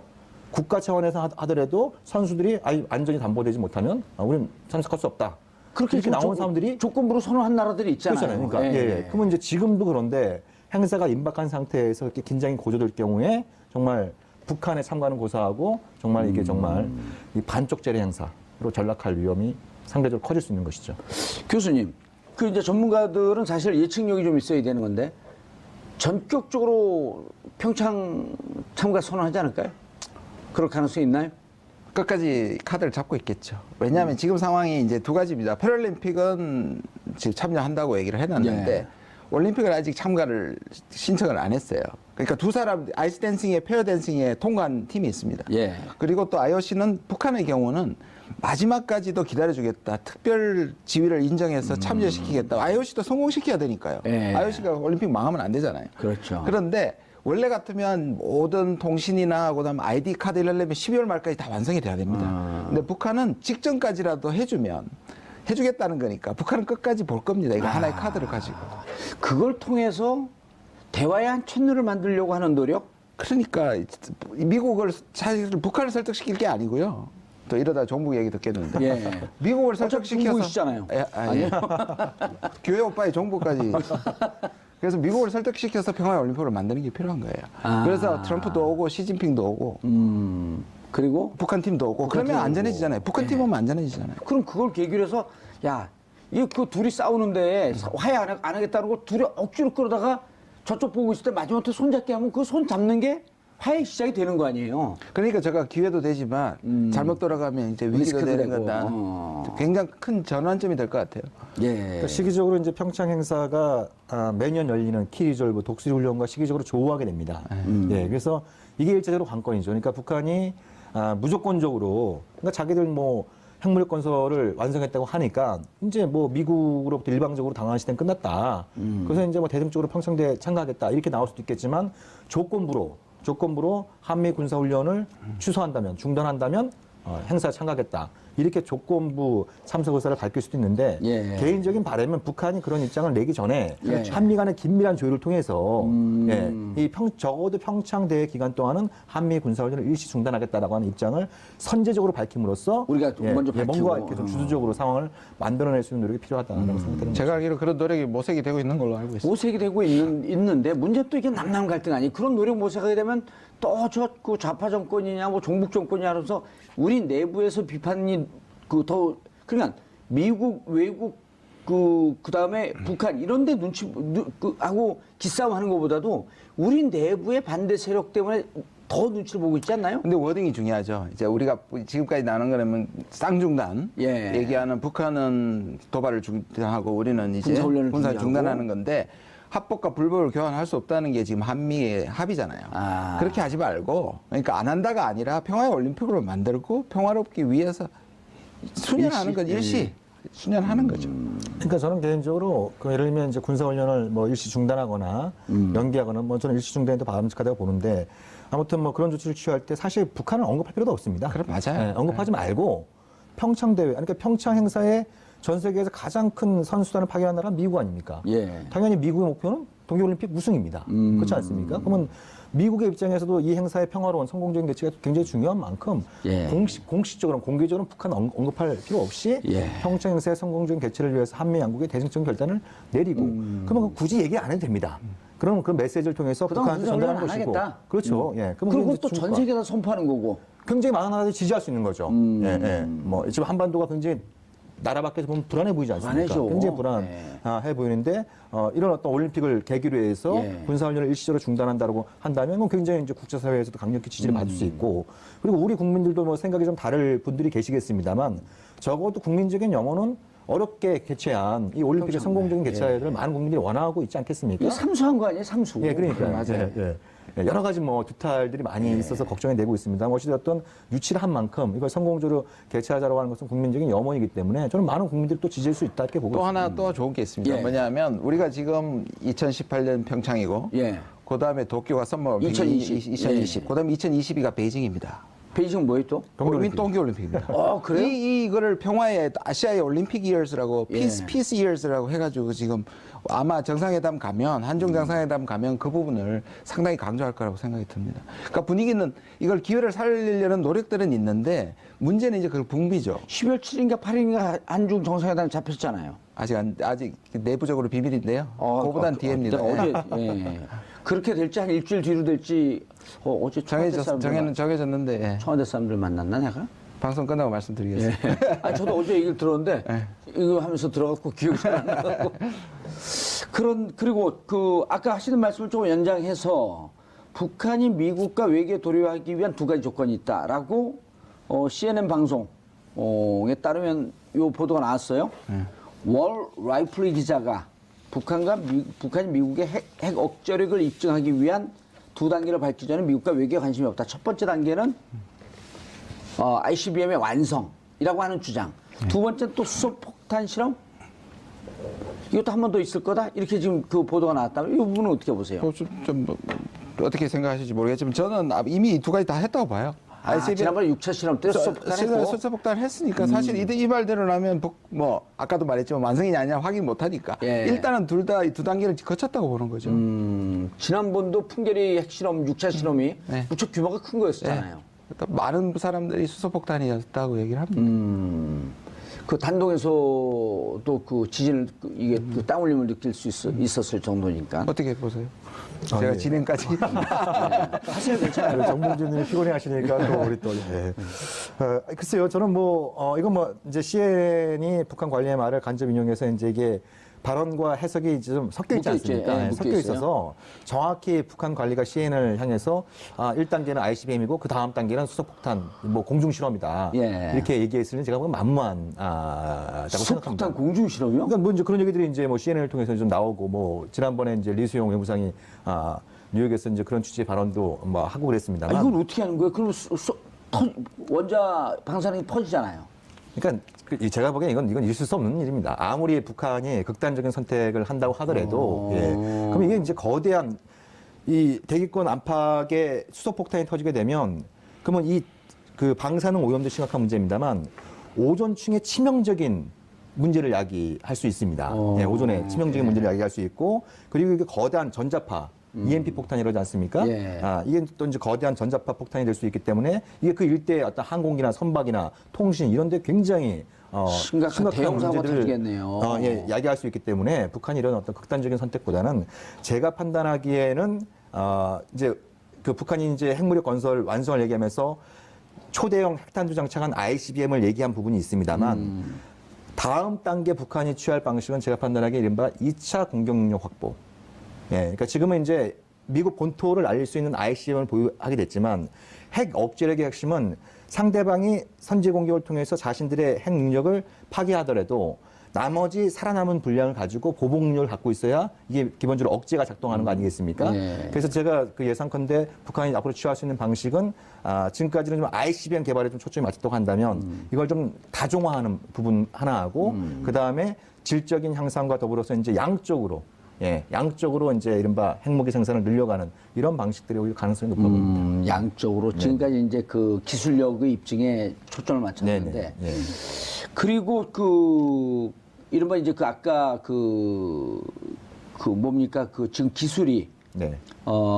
액체 연료에서 지금 그 기본적으로 미사는 액체 연료 쓰잖아요. 뭐 고체도 쓰기도 하고요. 고체를 쓰는데 이번에 어떻게 보고 계신 거예요 지금은? 그럼 뭐 북한의 발표에 따르면 북한은 그거에 대해서 명시적으로 얘기를 하지 않은 상황이어서요. 예. 이건 뭐 좀 더 추가적인 분석이 필요하겠지만 일단 1차적으로는 이동식 발사대를 사용했다라고 하는 것이 좀 주목이 예. 되고요. 예. 그래서 이제 그 부분을 놓고 볼 때는 뭐 이제 그 단계별로 고체와 액체를 나눠서 썼을 가능성도 있고, 그다음에 이런 액체를 쓰더라도 그 연료 주입 시간이라든지 예. 이거 어떤 그 이제 이 화염이라든지 이런 것들에 대한 그 수준을 높여가지고 발사했을 가능성은 다각도로 좀 뭐 짚어봐야 될 문제일 것 근데 같습니다. 이렇게 75일 만에 이렇게 또 그 사거리가 확 늘어났거든요. 이게 가능한 거예요? 계속 이제 북한은 계속 기술 개발을 해왔던 것이죠. 그걸 이제 하나의 카드로 하면서 그러니까 일종의 이제 양다리 걸치기를 하는 겁니다. 예. 일종의 해칭 스트레티라고 그러지 않습니까? 그러니까 한편으로는 이제 미국의 대북 정책 전환을 촉구하면서 그게 안 먹히면은 자기들은 이제 기술 개발 계속해서 그게 일정 정도 단계에 도달하면 계속 시험 발사함으로써 예. 계속 이제 자신들이 얘기하는 국가 핵무력 건설을 향해서 질주를 하는 것이죠. 예. 전 세계가 중대한 위협이다. 그런데 중국만 아무 입장이 없어요. 소련도 아무 입장이 없네. 지금 북한이 도발을 했을 때 예. 지금까지 특히 중러가 쌍중단 쌍궤 병행 또 아까 말씀드린 서로 이제 중단하는 거. 예, 쌍중단. 그다음에 쌍궤 병행은 이제 평화 협정하고 예. 그다음 비핵화를 같이 간다는 예. 거잖아요. 여기에 지금 그 푸틴하고 시진핑이 만나가지고 합의까지 했단 말이에요. 쌍중단과 그렇죠. 쌍궤 병행. 한미일이 얘기하고 있는 제재 시스템에서는 약간 벗어나 있고 대화파란 말이에요. 그러니까 북한이 때렸으면 누가 조금 무색합니까? 뭔가. 중국과 중국과 러시아죠. 이 지금 입장이 아무래도 그러니까 천천히 나올 수밖에 없고요. 그다음에 이제 안보리에 가가지고 또 이걸 얼마나 한미일에 또는 미국의 이 공세에서 어떻게 이걸 끌고 가느냐 그런 것들을 아마 준비하고 있겠죠. 쌍궤 병행은 뭐라 그랬죠? 핵실험 중지하고 평화협정입니다. 북한이 이제 대북 적대시 정책을 포기하고 예. 그다음에 이 정전협정을 평화협정으로 바꾸자는 평화 제재를 얘기합니다. 그러니까 아마 이제 중국과 러시아는 어찌됐든 그 작년 2월부터 쌍중단을 얘기했는데 예. 그래도 지들도 대국 아닙니까? 유엔 안보리 상임 이사국이고 또 육제회담 참가국들이고 근데 이게 전혀 먹혀 들어가지 않았잖아요. 예. 내가 북한의 책임도 있지만 기본적으로 이제 한미일 세 나라가 계속 이걸 일축해온 이런 과정이 있다 보니까 아마 이제 자기들도 고민이 있겠죠. 뭐 북한은 당연히 비난하겠지만 북한뿐만 아니라 한미일 이 나라에 대해서 이제 비난하는 일종의 이제 쌍비난. 이제 쌍중단이 안 먹힌 만큼 이제 쌍비난하는 이런 쪽으로 스탠스를 취할 가능성이 상당히 높아 보이는 거죠. 쌍중단이 안 먹혔으니까 쌍비난을 한다. 자, 아주 그 문재인 대통령이 아주 격한 반응을 보였어요. 네네. 근데 격한 반응을 보이면서도 저는 그 선제 공격에 대한 부분을 확실히 입장 정리를 하신 것 같아요. 그 어떻게요? 부분은 그러니까 미국이 선제 공격을 할 수 있는 그 계기가 되면 안 된다는 식으로 이야기를 했거든요. 쌍비난까지는 아니지만 쌍조심을 쌍주의를 했잖아요. 또 예. 그건 잘한 거라고 봐요 저는. 네. 더 이상 북한은 도발하지 마라. 그러니까 이거 아주 엄중하고 그다음 제재해야 된다고 얘기했지만 이거는 선제 공격에 빌미를 주지 말아야 된다는 북한을 얘기하는 것 같지만 실제로 미국한테 보내는 메시지인 거죠. 쌍주의. 네. 쌍주의. 이게 쌍이 이제 화두가 됐네요. 미국이 앞으로 예측되는 그 경우의 수가 어떻게 될까요?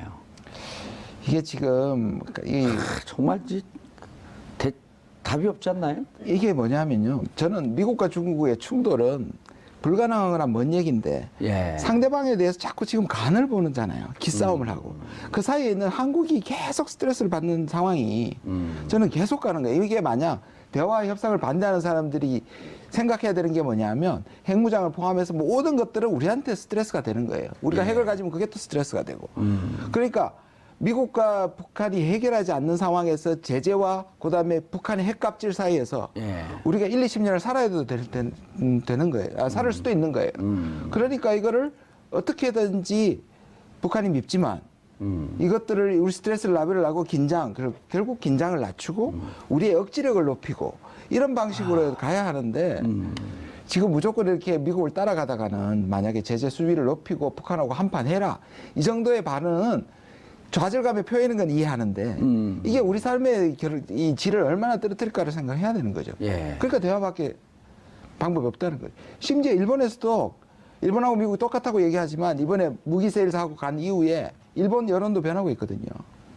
그러니까 아베도 이대로는 자기가 삼선이 안 되겠다고 생각하니까 지금 중국하고도 손을 내밀고 북한하고도 손을 내미는 거거든요. 예. 그러니까 대화에 대한 필요성이 틸러슨 비롯해서 한국, 그다음 일본, 중국 사실 이 대화파들을 모으는 이 힘을 결집하는 게 필요하다고 봐요 저는. 그러니까 미국은 어찌되었든 뭐 지금 뭐 이제 북한이 미국 본토까지 날아가는 ICBM을 뭐 보유하게 됐다 그래서 막 지금 당장은 막 마치 이제 미국 안보가 아주 이 백척간두의 선거처럼 막 이렇게 호들갑을 떨고 있습니다만 미국은 그거에 대해서 충분히 적응할 만한 힘을 갖고 있습니다. 옛날에 뭐 이제 소련이 이제 이른바 스푸트니크 발사했을 때도 그 쇼크가 어마어마했잖아요. 예. 예? 1960년대 그 중국이 핵실험하고 뭐 ICBM 쏘고 그랬을 때 그때 미국의 중국을 갖다 깡패 효과라 부르면서 이건 2차 대전 이후에 미국의 직면한 세계 최대 위협이다. 이렇게 막 얘기했습니다만 몇 년 지난 다음에 이제 관계 정상화로 갔단 말이죠. 그러니까 미국은 그런 북한이 이제 자기들이 아무리 국가 핵무력 건설 완성을 얘기를 해도 이 상황에 적응하고 더 나아가선 이 상황에서 뭔가를 이용할 수 있는 그런 동기를 갖고 있는 나라입니다. 예, 그런 동기를 갖고 있는 나라인 거죠. 근데 과연 지금 김 교수님 중요한 말씀하셨습니다. 우리는 그럴 수 있느냐? 예, 우리는 그럴 수 있느냐? 라고 하는 이제 그 중요한 그 질문을 우리는 외면해서는 안 되는 것이죠. 그러니까 뭐 이제 다음 달 1일 날 이른바 뭐 김정은 참수부대 창설한다 이런 언론 보도도 나오고 있습니다만 뭐 참수부대 창설하긴 해요.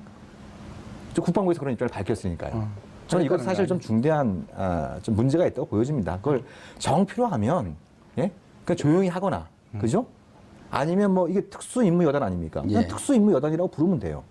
근데 국방부 장관이 참수부대라고 얘기를 하고 그걸 이제 군당국에서 다시 재확인하는 이런 어떤 상황은 이게 굉장히 좀 문제가 있지 않나 생각해보세요. 그게 얼마나 실제적으로 위협이 됐냐면 그러면 김정을 참수했다 칩시다.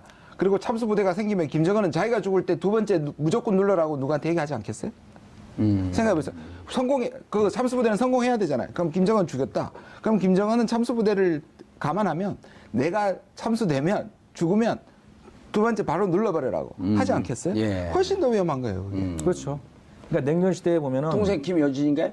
뭐 김여진이든 이인자든 아마 2배, 3배, 4배 다 계속 해놓을 거예요. 아마. 그러니까 냉전 시대 핵교리를 보면은 옛날에 소련도 그렇고 미국도 그렇고 유사시에 상대방의 지도자를 제거한다라고 하는 참수작전 이런 것들이 냉전 시대 초기에 있었던 거거든요. 그렇죠. 예.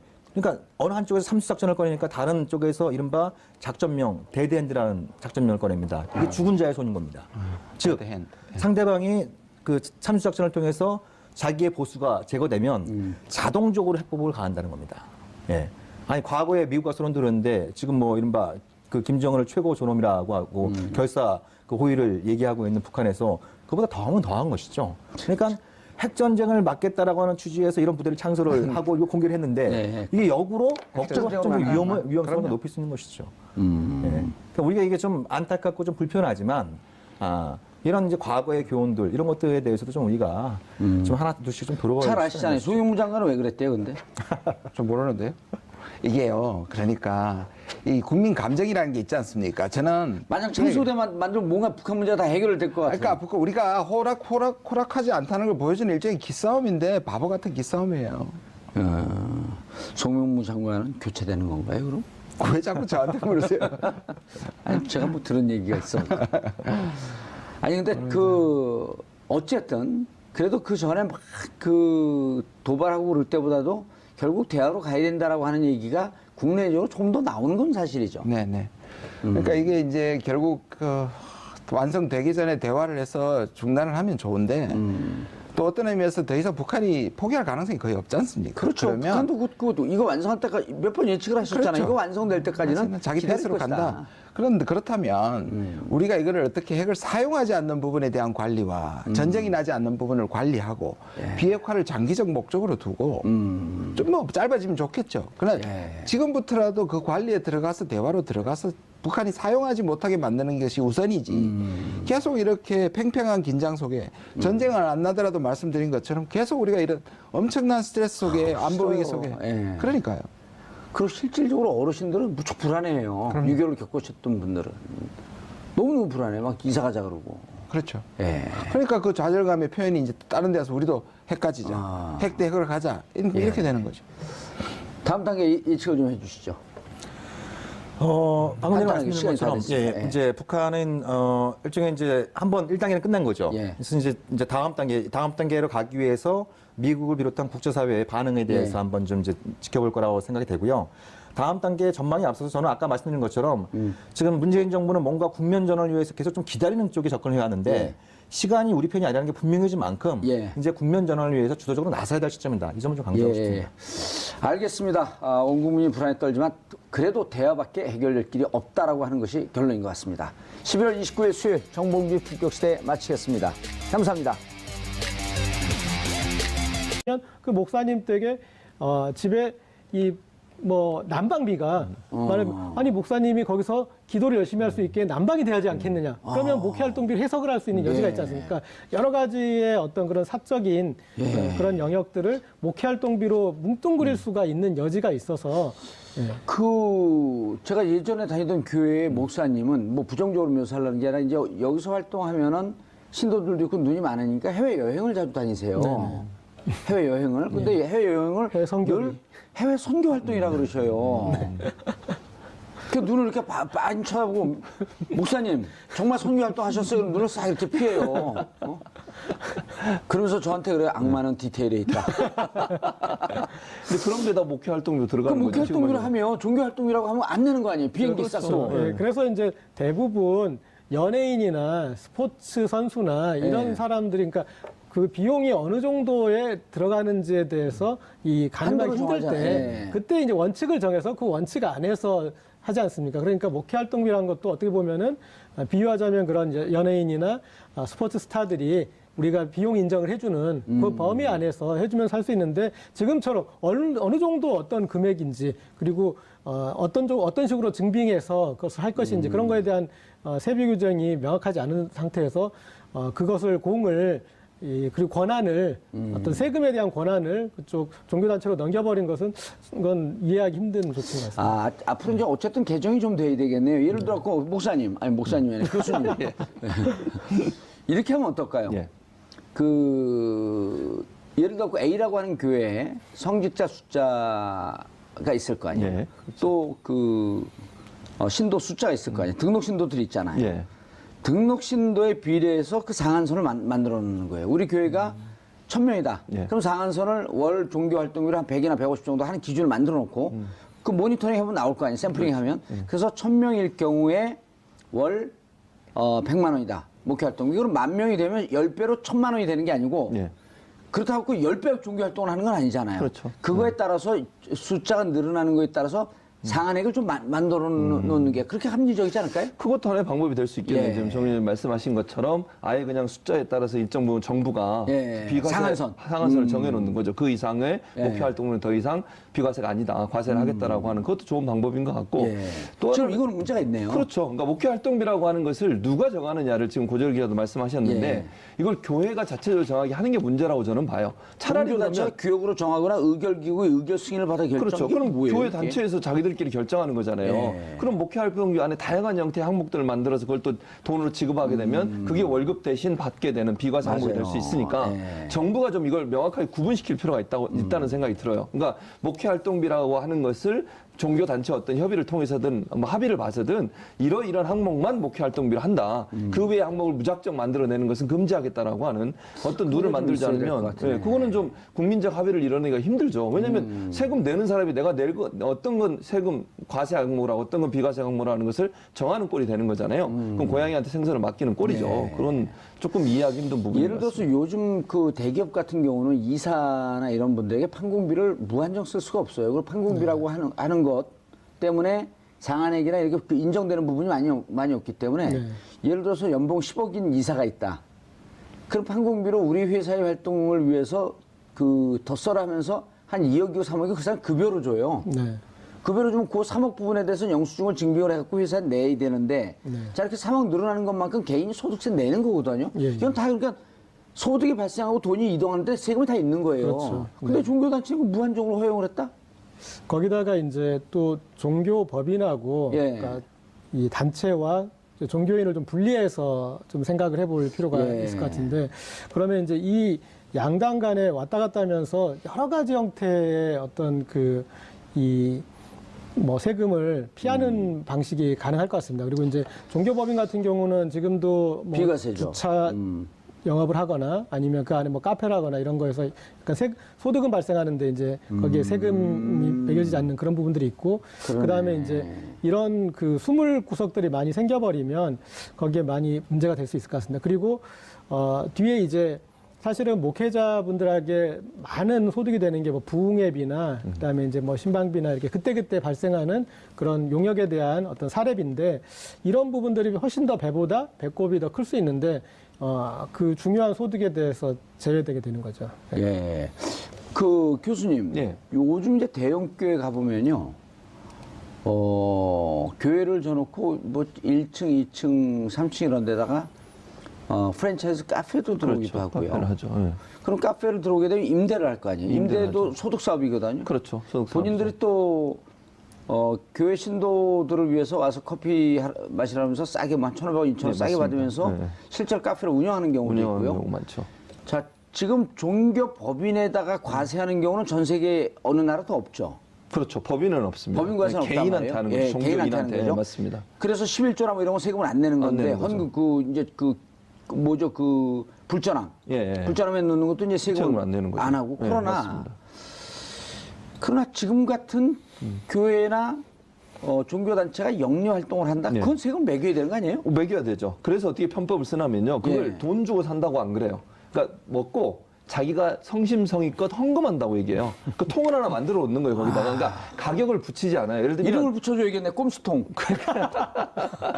예를 들면 가게 같은 데 가면 뭐 예. 아메리카노 얼마 이렇게 쓰지 않습니까? 그게 예. 없어요, 아예. 그러니까 메뉴만 있고 자기가 자발적으로 먹고 감사해서 거기다 1,000원 더 그러면서 넣고 거기다 써놓죠. 옆집에는 커피가 5,000원. 옆집에 커피가 5,000원. 저는 이제 모르겠습니다. 왜 교회들이 그렇게 편법을 쓰는 거죠. 그러니까 사실은 영리합동이 되는 건데 그 예. 선교비라고 얘기를 하는 거예요. 이거는 그냥 자발적으로 자원봉사하는 사람들이 커피를 만들어서 주고 그걸 먹는 사람은 감사해서 그냥 선교비로 얼마를 내겠다. 이런 식으로 하다 보니까 이 헌금이 돼버리는 거예요. 이 자체가. 지금 이제 일정 부분 그 사람들한테 개인적인 복지가 좀 더 돌아갈 수 있는 기회가 된다는 거죠. 좋은 거네요. 예. 근데 아마, 이제 대형교회 목사들이나 담임 목사들이 반대하고 있는 거죠, 지금. 반대를 해도 이제 시행령 됐는데, 자, 반대를 하니까 이분들을 좀 무마하려고. 이거 빼고 차 빼고 차 띄고 포 띄고 뭐 먹을 게 없는 거 아니에요? 그렇죠. 근데 일단은 이 종교인 과세를 하려고 했던 취지를 좀 처음에 생각해야 될 것 같습니다. 사실은 종교인 과세를 한다고 아까 말씀하셨듯이 이 과세 대상이 되는 사람들이 워낙 사실은 소수예요. 그리고 예. 그 과세해서 징수할 수 있는 세금이 그렇게 큰 규모인 것도 아니고 그렇지만 조세 형평성을 맞추기 위해서 조세 형평성과 조세 투명성 그러니까 대한민국에서 감춰진 세금이 있어서는 안 된다라는 이제 그런 그 대원칙이 있는 것이고 그래서 1968년 초대 국세청장부터 이게 수건 사업이었고 이게 됐고 그리고 OECD 국가 중에 종교인 과세를 안 하는 나라가 우리나라밖에 없었어요. 그러니까 이 종교인 과세 반대하시면서 이렇게 이건 종교 탄압이라고 기독교 탄압이라고 주장하셨는데 그러면 그동안에 다른 OECD 국가는 기독교 탄압하고 있었던 거죠. 그런데 OECD 국가 중에 유일하게 종교인에 대해서 종교 단체 같은 경우는 다른 나라도 뭐 비영리법인인가 그럴 테니까 좀 이제 다른 방식의 과세나 그런 걸 하겠지만은 종교인에 대해서는 다 과세를 하고 있었고요. 그래서 지금 이제 이게 우리나라로 왔는데 하나님이 유독 대한민국의 목사님들만, 그것도 큰 교회 목사님들만 편애하시는 건지 모르겠지만 마지막에 기승전 결론도 지금 이 그런 큰 교회를 운영하시는 목사님한테 유리한 입장으로 간 것 같습니다. 그러니까 우리가 세금을 내는 사람이 자 내가 버는 돈 중에 이 돈은 세금 내고 이 돈은 안 낼래 라고 결정할 수 있는 건 아니잖아요. 그거는 국세청이 판단하는 거 법과 이 명령에 의해서 판단되는 것인데 지금 이제 세금을 내지 않을 과세 대상이 되지 않은 종교활동비에 대한 판단 기준이 각 종교단체에 있는 뭐 당회나 그런 데에서 이렇게 지금 결정되게 돼 있어서 그 구조에서 얼마든지 그분들이 이렇게 이 주장하면은 그게 종교활동비로 비과세 항목으로 빠질 수가 있다라는 게 자, 문제인 것 이 대형교회 목사님이라고 제가 그 생각을 해보고요. 네. 연봉을 뭐 좀 많이 받는다 그러니까 조금 이제 적정해서 연봉 한 12억을 받아요. 네. 그럼 이제 월 1억이니까 예. 1억 중에서 네. 100만 원은 예. 급여고 280만 원까지 하셔도 돼요. 280만 원까지 해도 세금 안 내요. 280만 원은 급여고. 이게 280만 원 하면 복잡하잖아요. 계산하니까 200만 원 할게 200만 원. 이거 빼기가 힘들어요. 200만 원은 급여고 예. 9,800만 원은 종교 활동비로 지급하는 거야. 네네. 그럼 9,800만 원에 대해서 세금을 안 내. 예. 그리고 200만 원도 세금을 안 내. 예. 그렇게 하자는 거예요? 그게 현실적으로 가능한 거죠. 네. 그 이제 그럼 대국민 사기극이네. 그 이제 국정농단 세력이네. 예, 그럼? 종교 활동비에 대해서 비유하시기는 그렇게 비유하더라고요. 그러니까 이거는 기업의 법인카드와 비슷한 거다. 기업에서도 이렇게 어떤 그런 기업 활동하다 보면은 필요한 지출이 있는데 비용으로 거기에- 인정하잖아요. 예, 법인카드. 예. 근데 저는 몇 가지 측면 좀 완벽하게 다른 것 같습니다. 그러니까 첫 번째는 기업 자체가 법인세를 내는 주체라는 말이에요. 기업이 법인세. 기업의 법인은 이미 법인세를 내고 있기 때문에 네. 20몇 프로, 22% 정도, 1% 정도의 법인세를 내고 있기 때문에 네. 법인카드 쓰는 것은 이미 거기서 세금을 내고 있다. 예, 거기서 이제 비용의 처리 부분으로 인정을 해주는 것이지. 예. 예, 그리고 거기에 대해서 법인카드에 대해서 무한정으로 쓸 수 있는 게 아니라 한도가 있잖아요. 예, 제한돼 있습니다. 차량, 인정해주는 게. 요즘은 차량 비용도 네. 연 1,100만 원인가밖에 인정을 안 해줘요. 예. 차량 운영비 이런 거를. 네. 예전에는 무한정 인정을 해줬거든요. 네. 그러니까 차량 한다 그러면서 이사한테 준 차량이 무슨 그 업무용으로 갖고 6시 이후에는 못 쓰게 되는데 하루 종일 쓰고 다니고 개인용으로 휴일도 쓰고 다니고 그리고 기름값 뭐 다 그 청구하고. 그렇죠. 근데 이제 지금 그게 안 된단 말이에요. 이거 종교 활동비일 경우는 비과세다? 그러면 문제가 눈 되는 가리고 거죠. 아웅이죠, 이게. 그렇죠. 왜냐하면 이런 거예요. 종교 아, 활동비가 눈 가리고 요즘 말이 바뀌었네. 눈 가리고 야옹. 쥐잡아야 되니까. 그러니까 법인카드하고 조금 차원이 다른 게 어떻게 생각하시면 되냐면 보통 이제 뭐 교회만 예를 들어볼게요. 예. 제가 교회 목회자의 사례비라고 보통 얘기를 합니다. 우리가 사례비 안에 항목이 여러 가지가 있어요. 아하. 근데 그게 월급이 아니고 이런 거예요. 차량 운영 지원금 얼마 매달, 도서 구입비 얼마. 그다음에 신방 가는데 드는 교통비 얼마, 학자녀 그러니까 자녀 학비 얼마. 이런 항목이 식대 엄청나게 얼마, 많아요. 네. 숙직료, 뭐 이 여비 등 얼마. 네, 사례비 안에 다양한 형태의 항목들이 있는데 그걸 다 지금 이게 우리는 이제 교회를 그냥 목회 활동비가 되고 이게는 종교 활동비가 되는 거죠. 그러니까 그럼 다 안 내는 거네? 그렇죠. 그걸 안 내는 거죠. 근데 그건 다 개인이 받는 거예요. 카드를 가지고 가다 쓰는 게 아니라 돈으로 받아요, 직접. 예, 예. 그러니까 목회자가. 예. 그러니까 카드하고 또 다른 개념이에요. 월급 항목처럼 그냥 있는 거죠. 있는 거예요. 월급 항목에 항목만 다른 거고 예. 그걸 이제 목회 활동비로 통틀어서 얘기를 하는 거죠. 그러면 결국 뭐 지금 말씀하신 건 받은 돈의 90% 이상을 그냥 비과세로 할 수 있는 거죠. 왜냐하면 항목만 바꿔주면 돼요. 준 돈은 똑같이 주면서. 저걸 보고 설명하면 아주 좋을 것 같아요. 예. 어느 분이 하실래요? 가위바위보 하실래요? 방금 이제 그런 얘기하신 그런 내용이고요. 지금 이 비과세 항목이 있는데 마지막에 이제 소득에서 제외되는 저 목회 활동비라는 예, 과세 비과세는 일단 네. 그 급여로 받는 것 중에 예, 예. 그렇죠. 급여로 받는 것 중에 과세가 되는 생활비, 항목과. 사례비 이런 등등 상여금 등등 여기다 세금을 매기고 네. 비과세는 본인 학자금, 본인 차량 유지비 이건 한도가 있네요. 네. 월 20만 원 이하, 출산 및 보육비 6세에 월 20만 원 이하, 사택 지원 이런 등등은 비과세 세금을 네. 세금에서 제외하는 거예요. 저 부분은 이제 이 기본적인 근로소득세의 어떤 그런 그 기준에 원칙과 근거해서? 거의 이제 비슷한 것 같고요. 소득에서 제외되는 그 목회활동비를 저거를 목회활동비를 누가 판단하느냐 그게 제일 관건인 것 같습니다. 예. 그러니까 만약에 우리가 기업에서도 이런 활동비를 세금을 낼 돈인지 안 낼 돈인지를 기업이 판단하게 한다면 말이 말이 안 되는 안 되지 않습니까? 그런데 저 목회활동비를 종교단체가 판단할 수 있게 하는 이게 핵심인 것 같고요. 그리고 목회활동비라는 이 명목이 너무나 포괄적일 수 있습니다. 이를테면 깨어있는 서울 시민을 위한 정직하고 알찬 프로그램 12월 29일 수요일 정봉주의 품격시대 첫 번째 주제에 들어가겠습니다. 종교인 과세입니다. 이 문제와 관련해 한 분의 민간인과 한 분의 종교인을 모시고 말씀 나눠보도록 하겠습니다. 최진봉 성공회대 교수 종교인 자리하셨습니다. 안녕하십니까. 예. 진짜 종교인이세요? 예. 목사님이세요? 예, 목사 안수는 받았죠. 목사 맞습니다. 안수 받고. 활동은 안 하고 안 있지만. 하고. 예, 예. 이건요? 안 하죠, 절대. 술, 담배를 안 이게 합니다. 뭔데요? 술 아닙니까? 그래요? 어떻게 안 하시는데 어떻게 하세요? 술 진짜 안 해요? 네, 저는 담배는? 안 합니다. 담배도 안 합니다. 그럼 결혼하셨어요? 결혼했죠. 바람도 안 피워요? 그거 당연하죠. 맞습니다. 그러시구나.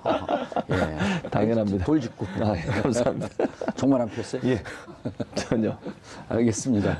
자, 모처럼 고재일 시사인 기자 자리하셨습니다. 예. 고 기자는 종교인 아니시죠? 네, 종교인은 아니지만 성직자. 그렇다고 아까 말씀하신 거 다 하지는 않습니다. 바람 피고 술도 안 드세요? 술은 조금 마시고. 담배 안 피시고. 네. 그럼 바람 가끔 피시고. 예.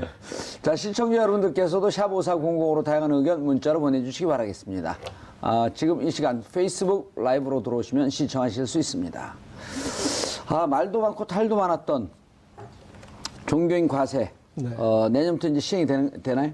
예. 예, 어떻게 된 거죠? 일단 상황. 일단 뭐 그동안 종교인 과세가 계속 유예되다가 예. 드디어 이제 올해 8월 1일 이제 시행령을 시행하겠다고 발표하고 예. 지금 내일 아하. 이제 시행령 예고하고 1월 1일부터 예. 과세에 들어간다. 그런데 종교인들은 이제 대체로 받아들이는 입장이 됐잖아요. 그동안 극렬하게 이렇게 막다가 그런데 저런 것 같습니다. 명분에서는 종교인들이 졌는데 실리에서는 얻었다 이렇게 볼 수 있을 것 같습니다. 여론에서는 국민들이 압도적으로 왜 종교인을 과세하지 않느냐 그게 이제 우세했기 때문에 종교인들이 종교인 과세를 막지 못하는 상황이 됐는데 예. 근데 실제적으로 안으로 들어가 보면 대략 지금 도표에 나오고 있지만 이제 세 가지 정도의 얻어냈습니다. 하나는 종교 활동비를 제외하기로 해서 과세 항목에서 그래서 소득의 상당 부분을 종교 활동비로 돌렸을 때 그런 비과세 혜택을 우리가 상상할 수 없을 정도로 이렇게 볼 수 있게 됐고 예. 또 하나는 이제 종교인 과세만 하고 종교 단체 예. 교회나 사찰에 대한 그런 과세 근거는 없기 때문에 그런 종교단체가 세무조사를 받지 않는다라는 것. 그다음 세 번째는 지금 가산세가 발생하더라도 2년간 유예하겠다고 그래서 앞으로 2년 동안은 뭐 특별히 성실신고를 하지 않더라도 큰 어떤 책임을 묻지 않는다라는 것. 예. 이 정도에서 2년 동안 일단 워밍업 기간을 거치겠다. 예. 네. 아하. 그런데 종교인 과세 시행령을 내일 발표하는 거예요? 예, 그렇죠. 우리는 발표, 북한은 발포. 네, 그러네요. 네. 예. 뭐 저거 종교인 과세되는 거에 대해서 항의해서 미사일 쏜 거예요? 그건 아니죠. 그건 아니죠. 전혀 아닌데. 관계없는 거죠. 전혀 관계없습니다. 예, 사람들 이렇게 이제 또 오해할 수 있죠. 아니 네, 보수 언론에서 말을 막 만드니까. 맞습니다. 예. 종교인 과세 항의해서 김정은이 북한에서. 그러니까 종교를 싫어하잖아요, 북한이. 그렇죠. 그래서 그럴 수 있을 것 같습니다. 무교인데다가 또 저런 그렇죠. 그 폭력적인 집단이 네. 미사일을 쐈다고 그 어르신들 들으면요. 종교인 과세에 혹해가지고 또. 반대해서 그 발표했구나. 이렇게 알아요. 그럴 수 있죠. 예. 네, 맞습니다. J-모일보, C-모일보, D-모일보 이런 데도요. 맞습니다. 알겠습니다. 뭐 다 빠졌어요 보니까. 그러니까 이제 가장 이 문제가 되는 게 뭐냐면 성공회는 미리 내고 있었나요? 성공회는 잘 모르겠는데 내고 국내 있었나요? 이렇게 가톨릭 사제들 같은 경우에는 예. 자진 과세 내고 있었죠. 90년대 초반부터 해가지고 그런 이제 근로소득세를 자진으로 과세하고 있었어요. 그리고 불교도 조계종. 예. 다른 천태종, 태우종 이런 데는 잘 모르겠는데 일단 조계종은 자진 과세하고 있는 것만은 분명해요. 그러니까 종교에 스스로가 하는 대해서. 거죠, 예. 사실은. 그게 의무적으로 되지 않아도 하고 있는 거니까. 예. 왜냐하면 이게 스스로 자진 납세를 하면 혜택도 많아요. 그러니까 정부에 예를 들면 세금을 내면 정부의 어떤 여러 가지 보호라든지 보장을 받을 수 있는 기회도 생기는 거거든요. 예를 들면 지금 현재 종교인들이 다 개인 사업자로 돼 있잖아요. 그러니까 직장에 잘 몰라요, 우리는. 그렇게 돼 있습니다. 그러다 보니까 결국 연금도 개인 그 국민연금에 가입을 해야 되고 의료보험이나 다른 뭐 연금 같은 것도 개인이 내야 돼요, 돈을. 그러니까 예를 들면 직장이 있으면 그 직장에서 뭐 어떤 단체로 등록이 되고 거기에 직원들이 전부 다 세무회계에 참여해서 자진 납세를 하게 되면 그게 하나의 직장으로 인정이 돼서 직장 내에서 일정 부분 보장해 주는 부분이 있는데 지금 전혀 그러지 못하고 있는 거죠. 그러니까 문제는 뭐냐면 이런 거죠. 큰 교회, 대형 교회 목사들은 이렇게 하는 게 자기들한테 이익인 거예요. 세금을 안 내는 게. 왜냐하면 그 엄청나게 많은 돈을 받아요. 억대 연봉을 받는 사람들이 있거든요. 근데 그건 소수에 불과해요, 제가 볼 때는. 예. 그리고 이제 소위 우리가 이제 교회 제일 높은 분을 담임 목사 이렇게 얘기하고 그 밑에 부목사들이 이렇게 있잖아요. 예. 저 이분들은 가톨릭으로 따지면 이제 본당 신부님, 예. 그다음에 보좌 신부님. 예, 그렇죠. 이렇게. 근데 이분들은 그 담임 목회자가 받는 연봉에 뭐 좀 정도의 차이는 있을 수 있지만 크게는 10분의 1, 뭐 5분의 1, 뭐 이 정도 받아요. 그러니까 너무 차이가 많이 나는 거예요. 아. 그러니까 담임 목회자는 큰 교회 그것도 큰 교회 담임 목회자 같은 경우에는 세금을 안 내는 게 본인한테 유리한 거예요. 훨씬 더. 그러니까 엄청난 역대 연봉을 받으면 저는 세금을 안 내고 있는 수익이 거잖아요. 많으니까. 그렇죠. 근데 그 밑에 뭐 2천만 원 연봉, 3천만 원 이 정도 주로 받거든요. 부교역자 부목사들이. 근데 이분들은 도리어 그 돈에서 또 자기가 연금도 내야 되고 자기가 의료보험비도 내야 되고 이러는 거잖아요. 결국은 예. 의료보험도 지역 의료보험 가입자가 돼버리니까 그럼 교회에서 그걸 보조를 안 해줘요. 근데 만약에 이게 회사처럼 하나의 조직이 세금을 내는 조직으로 되면 그 사람들도 자기가 일부 내고 또 교회에서 일부 내고 이러면서 보조를 받을 수 있는 거잖아요. 그러니까 거의 한 90% 이상의 목회자들은 사실은 찬성하고 있어요. 근데 겉으로 말을 못하는 이유는 대형교회 목회자들이 그걸 거부하고 있고 반대하고 있기 때문에 찍힐까 봐 말을 못하는 거예요. 그러니까 우리가 생각할 때 목사들이 다 반대한다. 저는 그렇게 생각하지 않아요.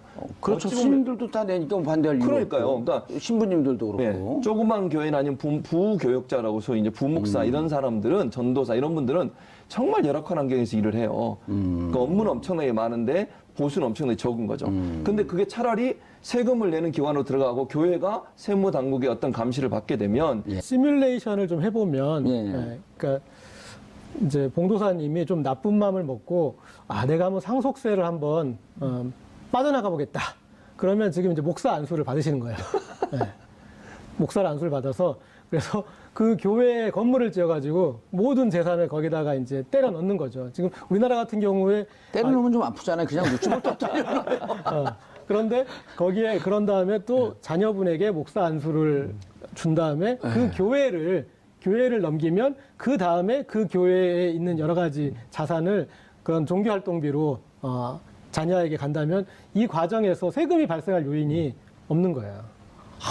대한민국 지금 그 재력 있는 사람들이 이 방송들을 어떻게 하려고 그런 편법을 알려주세요. 그러니까 지금 목사님들은 재벌 보면서 좀 웃을 것 같아요. 왜 이렇게 쉬운 방법이 있는데 실제 명성교회에서 그렇게 교회를 넘겨버리지 않았습니까? 그렇죠. 그리고 하나. 아들이 예. 또 하나예요, 이름이. 김 하나. 그래서 아들 볼 때 하나님 그러면 너무 못 때려요. 이름이 하나예요. 그거는 진짜 하나님에 대한 모독 아니에요? 그렇게 신성 모독이네요. 신성 모독이에요. 아버지가 아들한테 안수를 주면서 우리 하나님께서 근데 하나님이 몇 번 모독을 당하셨더라고요. 그 과정을 보면은 그러니까 이름도 모독인데 제가 봤을 때는 한 2012년인가 13년인가 청월함 아카데미에서 이런 특강을 할 때 본인은 이 교회를 세습하지 않겠다 그런 식으로 아주 공개 장소에서 얘기를 했어요. 예. 그러니까 하나님이 그런가 보다 생각하셨을 거 아니에요. 근데 뒤통수를 맞은 거예요. 예. 그런데 거기에 그 하나님은 뒤통수를 맞고 이 하나님은 재산을 받고. 그런데 이번에 이제 이 교회 세습이 됐는데 그 과정에서도 계속 하나님의 이름으로 이걸 받았어요. 네, 그래서 그리고 심지어 마지막에는 그거를 이 십자가라고 그 1년에 350억 원의 저 현금이 들어오는 명성교회를 물려받은 걸 십자가를 떠안았다라고 표현을 하시더라고요. 그래가지고 그리고 왜 그 독이 든 성배라고 그러지 않은 게 천만다행이네요. 그래서 그거를 지켜보시는 하나님 좀 어떤 생각이 드실지 저는 좀 궁금합니다. 아니 근데 이렇게 하고 진짜 궁금한 게 물론 이제 그 종교적 양심에다 호소하자고 이게 편법이고 예. 꼼수고 예. 세금 안 내려고 하고 이런 건 목사님들이 스스로 알지 않나요? 뭐 아시지 않겠어요? 저는 그렇다고 보는데 이제 그럼에도 불구하고 그걸 실천하지 않는 게 사실은 세상 분들, 세속적인, 예. 그분들이 볼 때는 상당히 이해가 안 되는 영역이죠. 그러니까 사실은 근데 이제 의외로 교회 내 교단 내에도 그걸 주장하는 분들도 많아요. 지금 봉사님 말씀하신 것처럼 교회가 바뀌어야 된다, 깨끗해져야 된다, 이런 개혁이 된다 이런 주장하는 분도 많거든요. 물론 그분들이 대형 교회에 의해서 막 억압받기도 하고 핍박받기도 하지만 그분들은 그런 목소리를 내요. 이게 제대로 되니까 정말 교회가 사회를 정화하고 사회가 깨끗한 방향으로 가기 위해서 하기 위해서는 솔선수범해야 되는 거 아니겠습니까? 그리고 종교인이라 하더라도 본인이 얻은 그 소득에 대해서는 세금을 내는 게 정말 당연한 거 아니에요? 근데 종교 단체야 뭐 아까 말씀한 법인이고 거기는 그냥 비영리 단체니까 뭐 그 종교 단체뿐만 아니라 비영리 사업을 하는 NGO 단체들은 세금을 안 내니까 그건 이해를 하겠지만 개인이 월급을 받고 뭔가 보수를 받았다면 거기는 당연히 예외 없이 다 세금을 내는 게 맞다고 저는 생각하는데 그런 부분에서 좀 인식을 제대로 못하는 건 안타까운 부분이죠. 재미있는 부분이 이 명성교회 세습 과정에서 그러니까 그런 것에 대해서 하나님이 알고 내가 알고 또 옆교회 목사님이 아세요. 그러니까 옆교회 광성교회라는 그 큰 또 교회가 있는데 그리고 광성교회 목사님은 뭐 교계에서 뭐 그런 당회장도 하시고 상당히 이 그런 인지도가 있는 분인데 이 과정에서 세습하기 좀 전에 지역 노회에서 이것에 대해서 인준을 해줘요. 그때 이 광성교회 목사님이 해주셨는데 그 전에 명성교회에서 광성교회 부동산을 시가보다 상당히 더 값을 후하게 쳐줘서 인수하는 그런 사건이 있었어요. 네, 그래서 이 이해관계가 발생한 뒤에 이 지역 노회를 통해서 세습을 인준해주는 그런 과정도 거치고 그래서 글쎄 뭐 기독교계 총체적 단일 교회에 그런 문제를 보여주는 것이 아닌 것 같고 그리고 또 대형 교회에서 이런 사례가 너무나 빈번하게 일어났지 않습니까? 그래서 저는 좀 야, 아니 그 그러니까 이게 보니까 그 목사님이 명성교회 목사 씨라 그러면 안 되지 목사님이라고 해야 되잖아 목사 씨 님이라고 부르기가 좀 그래요. 대형교회 목사가 좋습니다. 목사가 삼환이에요. 삼자 환자. 성함이 환은 구슬 환자 아니에요. 그렇죠? 모르겠어요. 이분 제 느낌은 세 개의 나중에 이름을 바꿨는지 세 개의 골이란 말이에요. 이게 삼위일체로 아니에요. 성부와 성자와 성신의 이름으로. 그렇습니까? 네, 삼위일체로. 삼위일체는 있죠. 성부와 성자와 성신. 세 개의 구슬이 마지막에 하나님에게 전한. 아들은 하나예요. 김 하나. 그냥 안 창피해요? 같은 목사로서. 아, 그렇죠. 이렇게 하면 안 되는 거죠. 이거는요. 교회 내에서도 사실은 이렇게 하지 말자라고 결의도 하고 또 법도 있어 교단에 이렇게 이게 세습하면 안 된다고. 세습 금지. 네, 그런 법도 만들었어요. 근데 세습 방지. 그 법이 무의미하게 되는 거죠. 사실 큰 대형 교회가 그렇게 하는 거를 물리적으로 막을 수 있는 방법이 없는 거예요. 그러니까 이게 이제 김상환 목사의 명성교회인데 여기 같은 경우는 엄청나게 크거든요. 10만 명, 성도 10만 명 정도 돼요. 그러니까 규모로 보면 엄청나게 큰 교회고요. 그러다 보니까 이제 그 교회의 영향력이 아까 노예 얘기한 노예라고 하는 것은 지역에 있는 교회들이 모여서 만든 연합체예요. 거기서 이걸 관리하거든요. 전체 그 지역의 뭐 교회나 목회자들이 어떤 활동이 되는 것에 대해서 징계할 거면 징계도 하고 또는 뭐 제정할 거면 규정도 제정하고 이러는데 그 교회가 그 노예가 이 교회의 영향력으로 자유로울 수 없다는 거죠. 왜? 노예 활동비에 가장 많은 부분을 지출을 하고요. 노예에서 가장 영향력 있는 행사를 하기 때문에 대형 교회를 노예 입장에서 징계를 하거나 아니면 제재를 가거나 이럴 수 없는 상황이에요. 왜냐하면 대형 교회가 노예를 거의 쥐고 흔드는 상황이 되는 거니까. 아니 등록 신도가 10만 명, 연간 재정이 1,000억. 예. 그 연간 재정 1,000억이면요.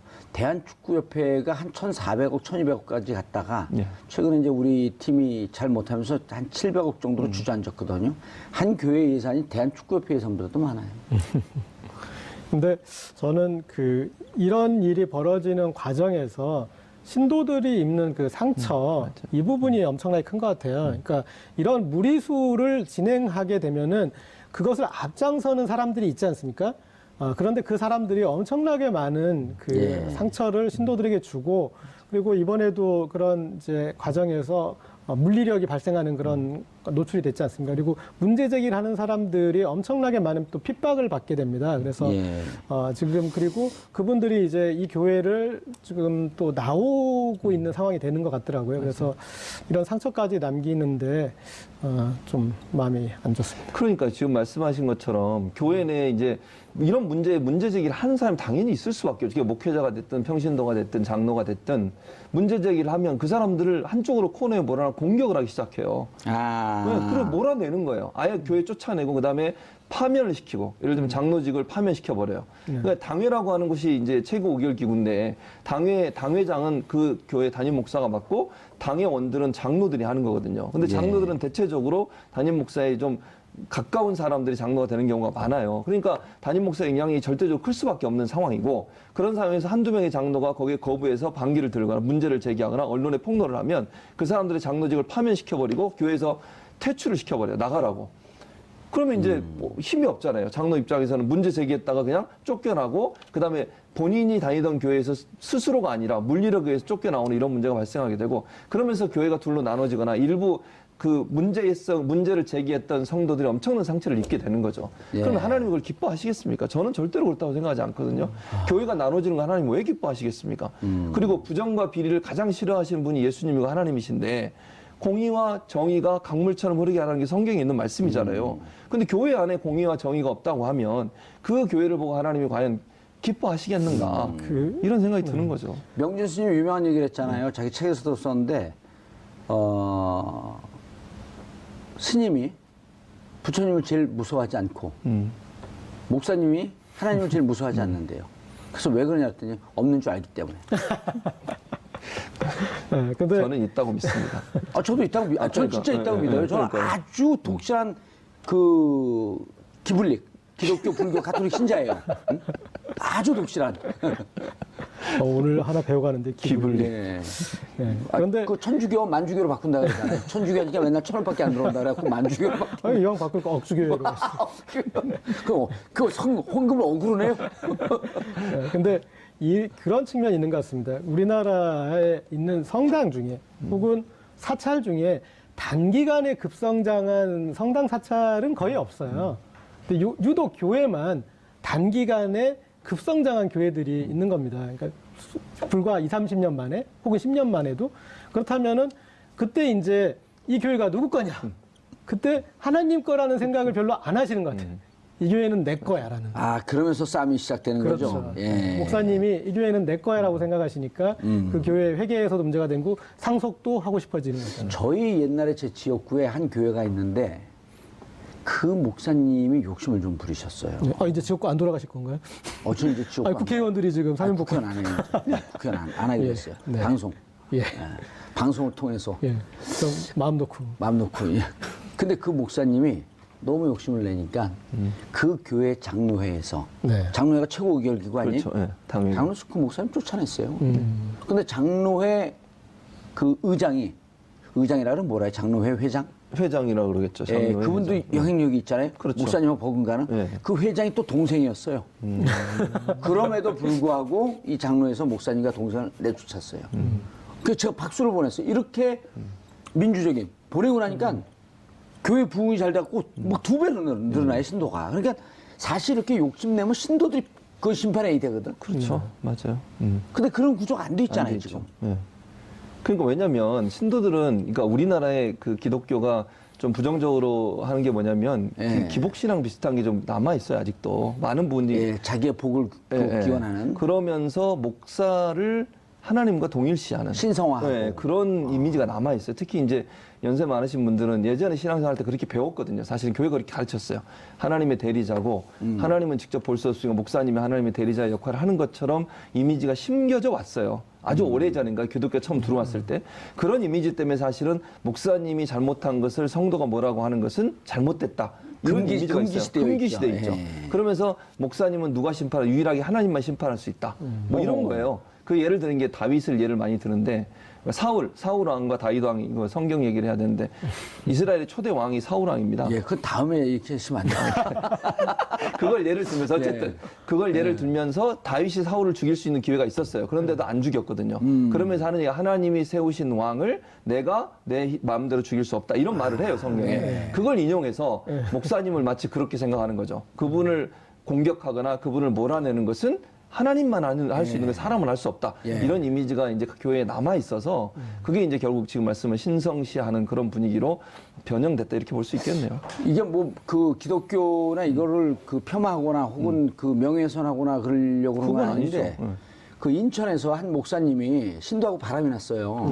그래서 그냥 남편이 그 호텔을 급습을 하니까 그 목사님이 한 7층에 8층 대롱대롱 매달려 있다가 떨어져 돌아가셨어요. 그 유명한 기사예요. 네네.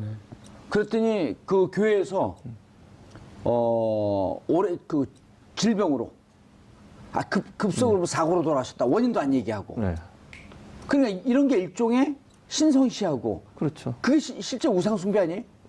막 그렇게 되면 그건 우상숭배죠. 지금 말씀하신 예. 그 사례만 보면 그건 그 분명 기사가 우상숭배. 있어요. 검색하면 다 나와요, 그게. 그건 우상숭배죠, 사실은. 그 잘못된 걸 밝혀야죠. 밖에 이렇게 매달리는 사진도 나왔어요. 그러니까요. 나쁜 짓 하다가 그런 짓을 했으면 이건 파면을 시키고 예. 문제 있다라고 얘기를 하는 게 맞는 거 아닙니까? 근데 거기도 대형교회예요. 그러니까요. 지금 이렇게 목사님들 뒷담화하는 사례가 저도 갑자기 생각나는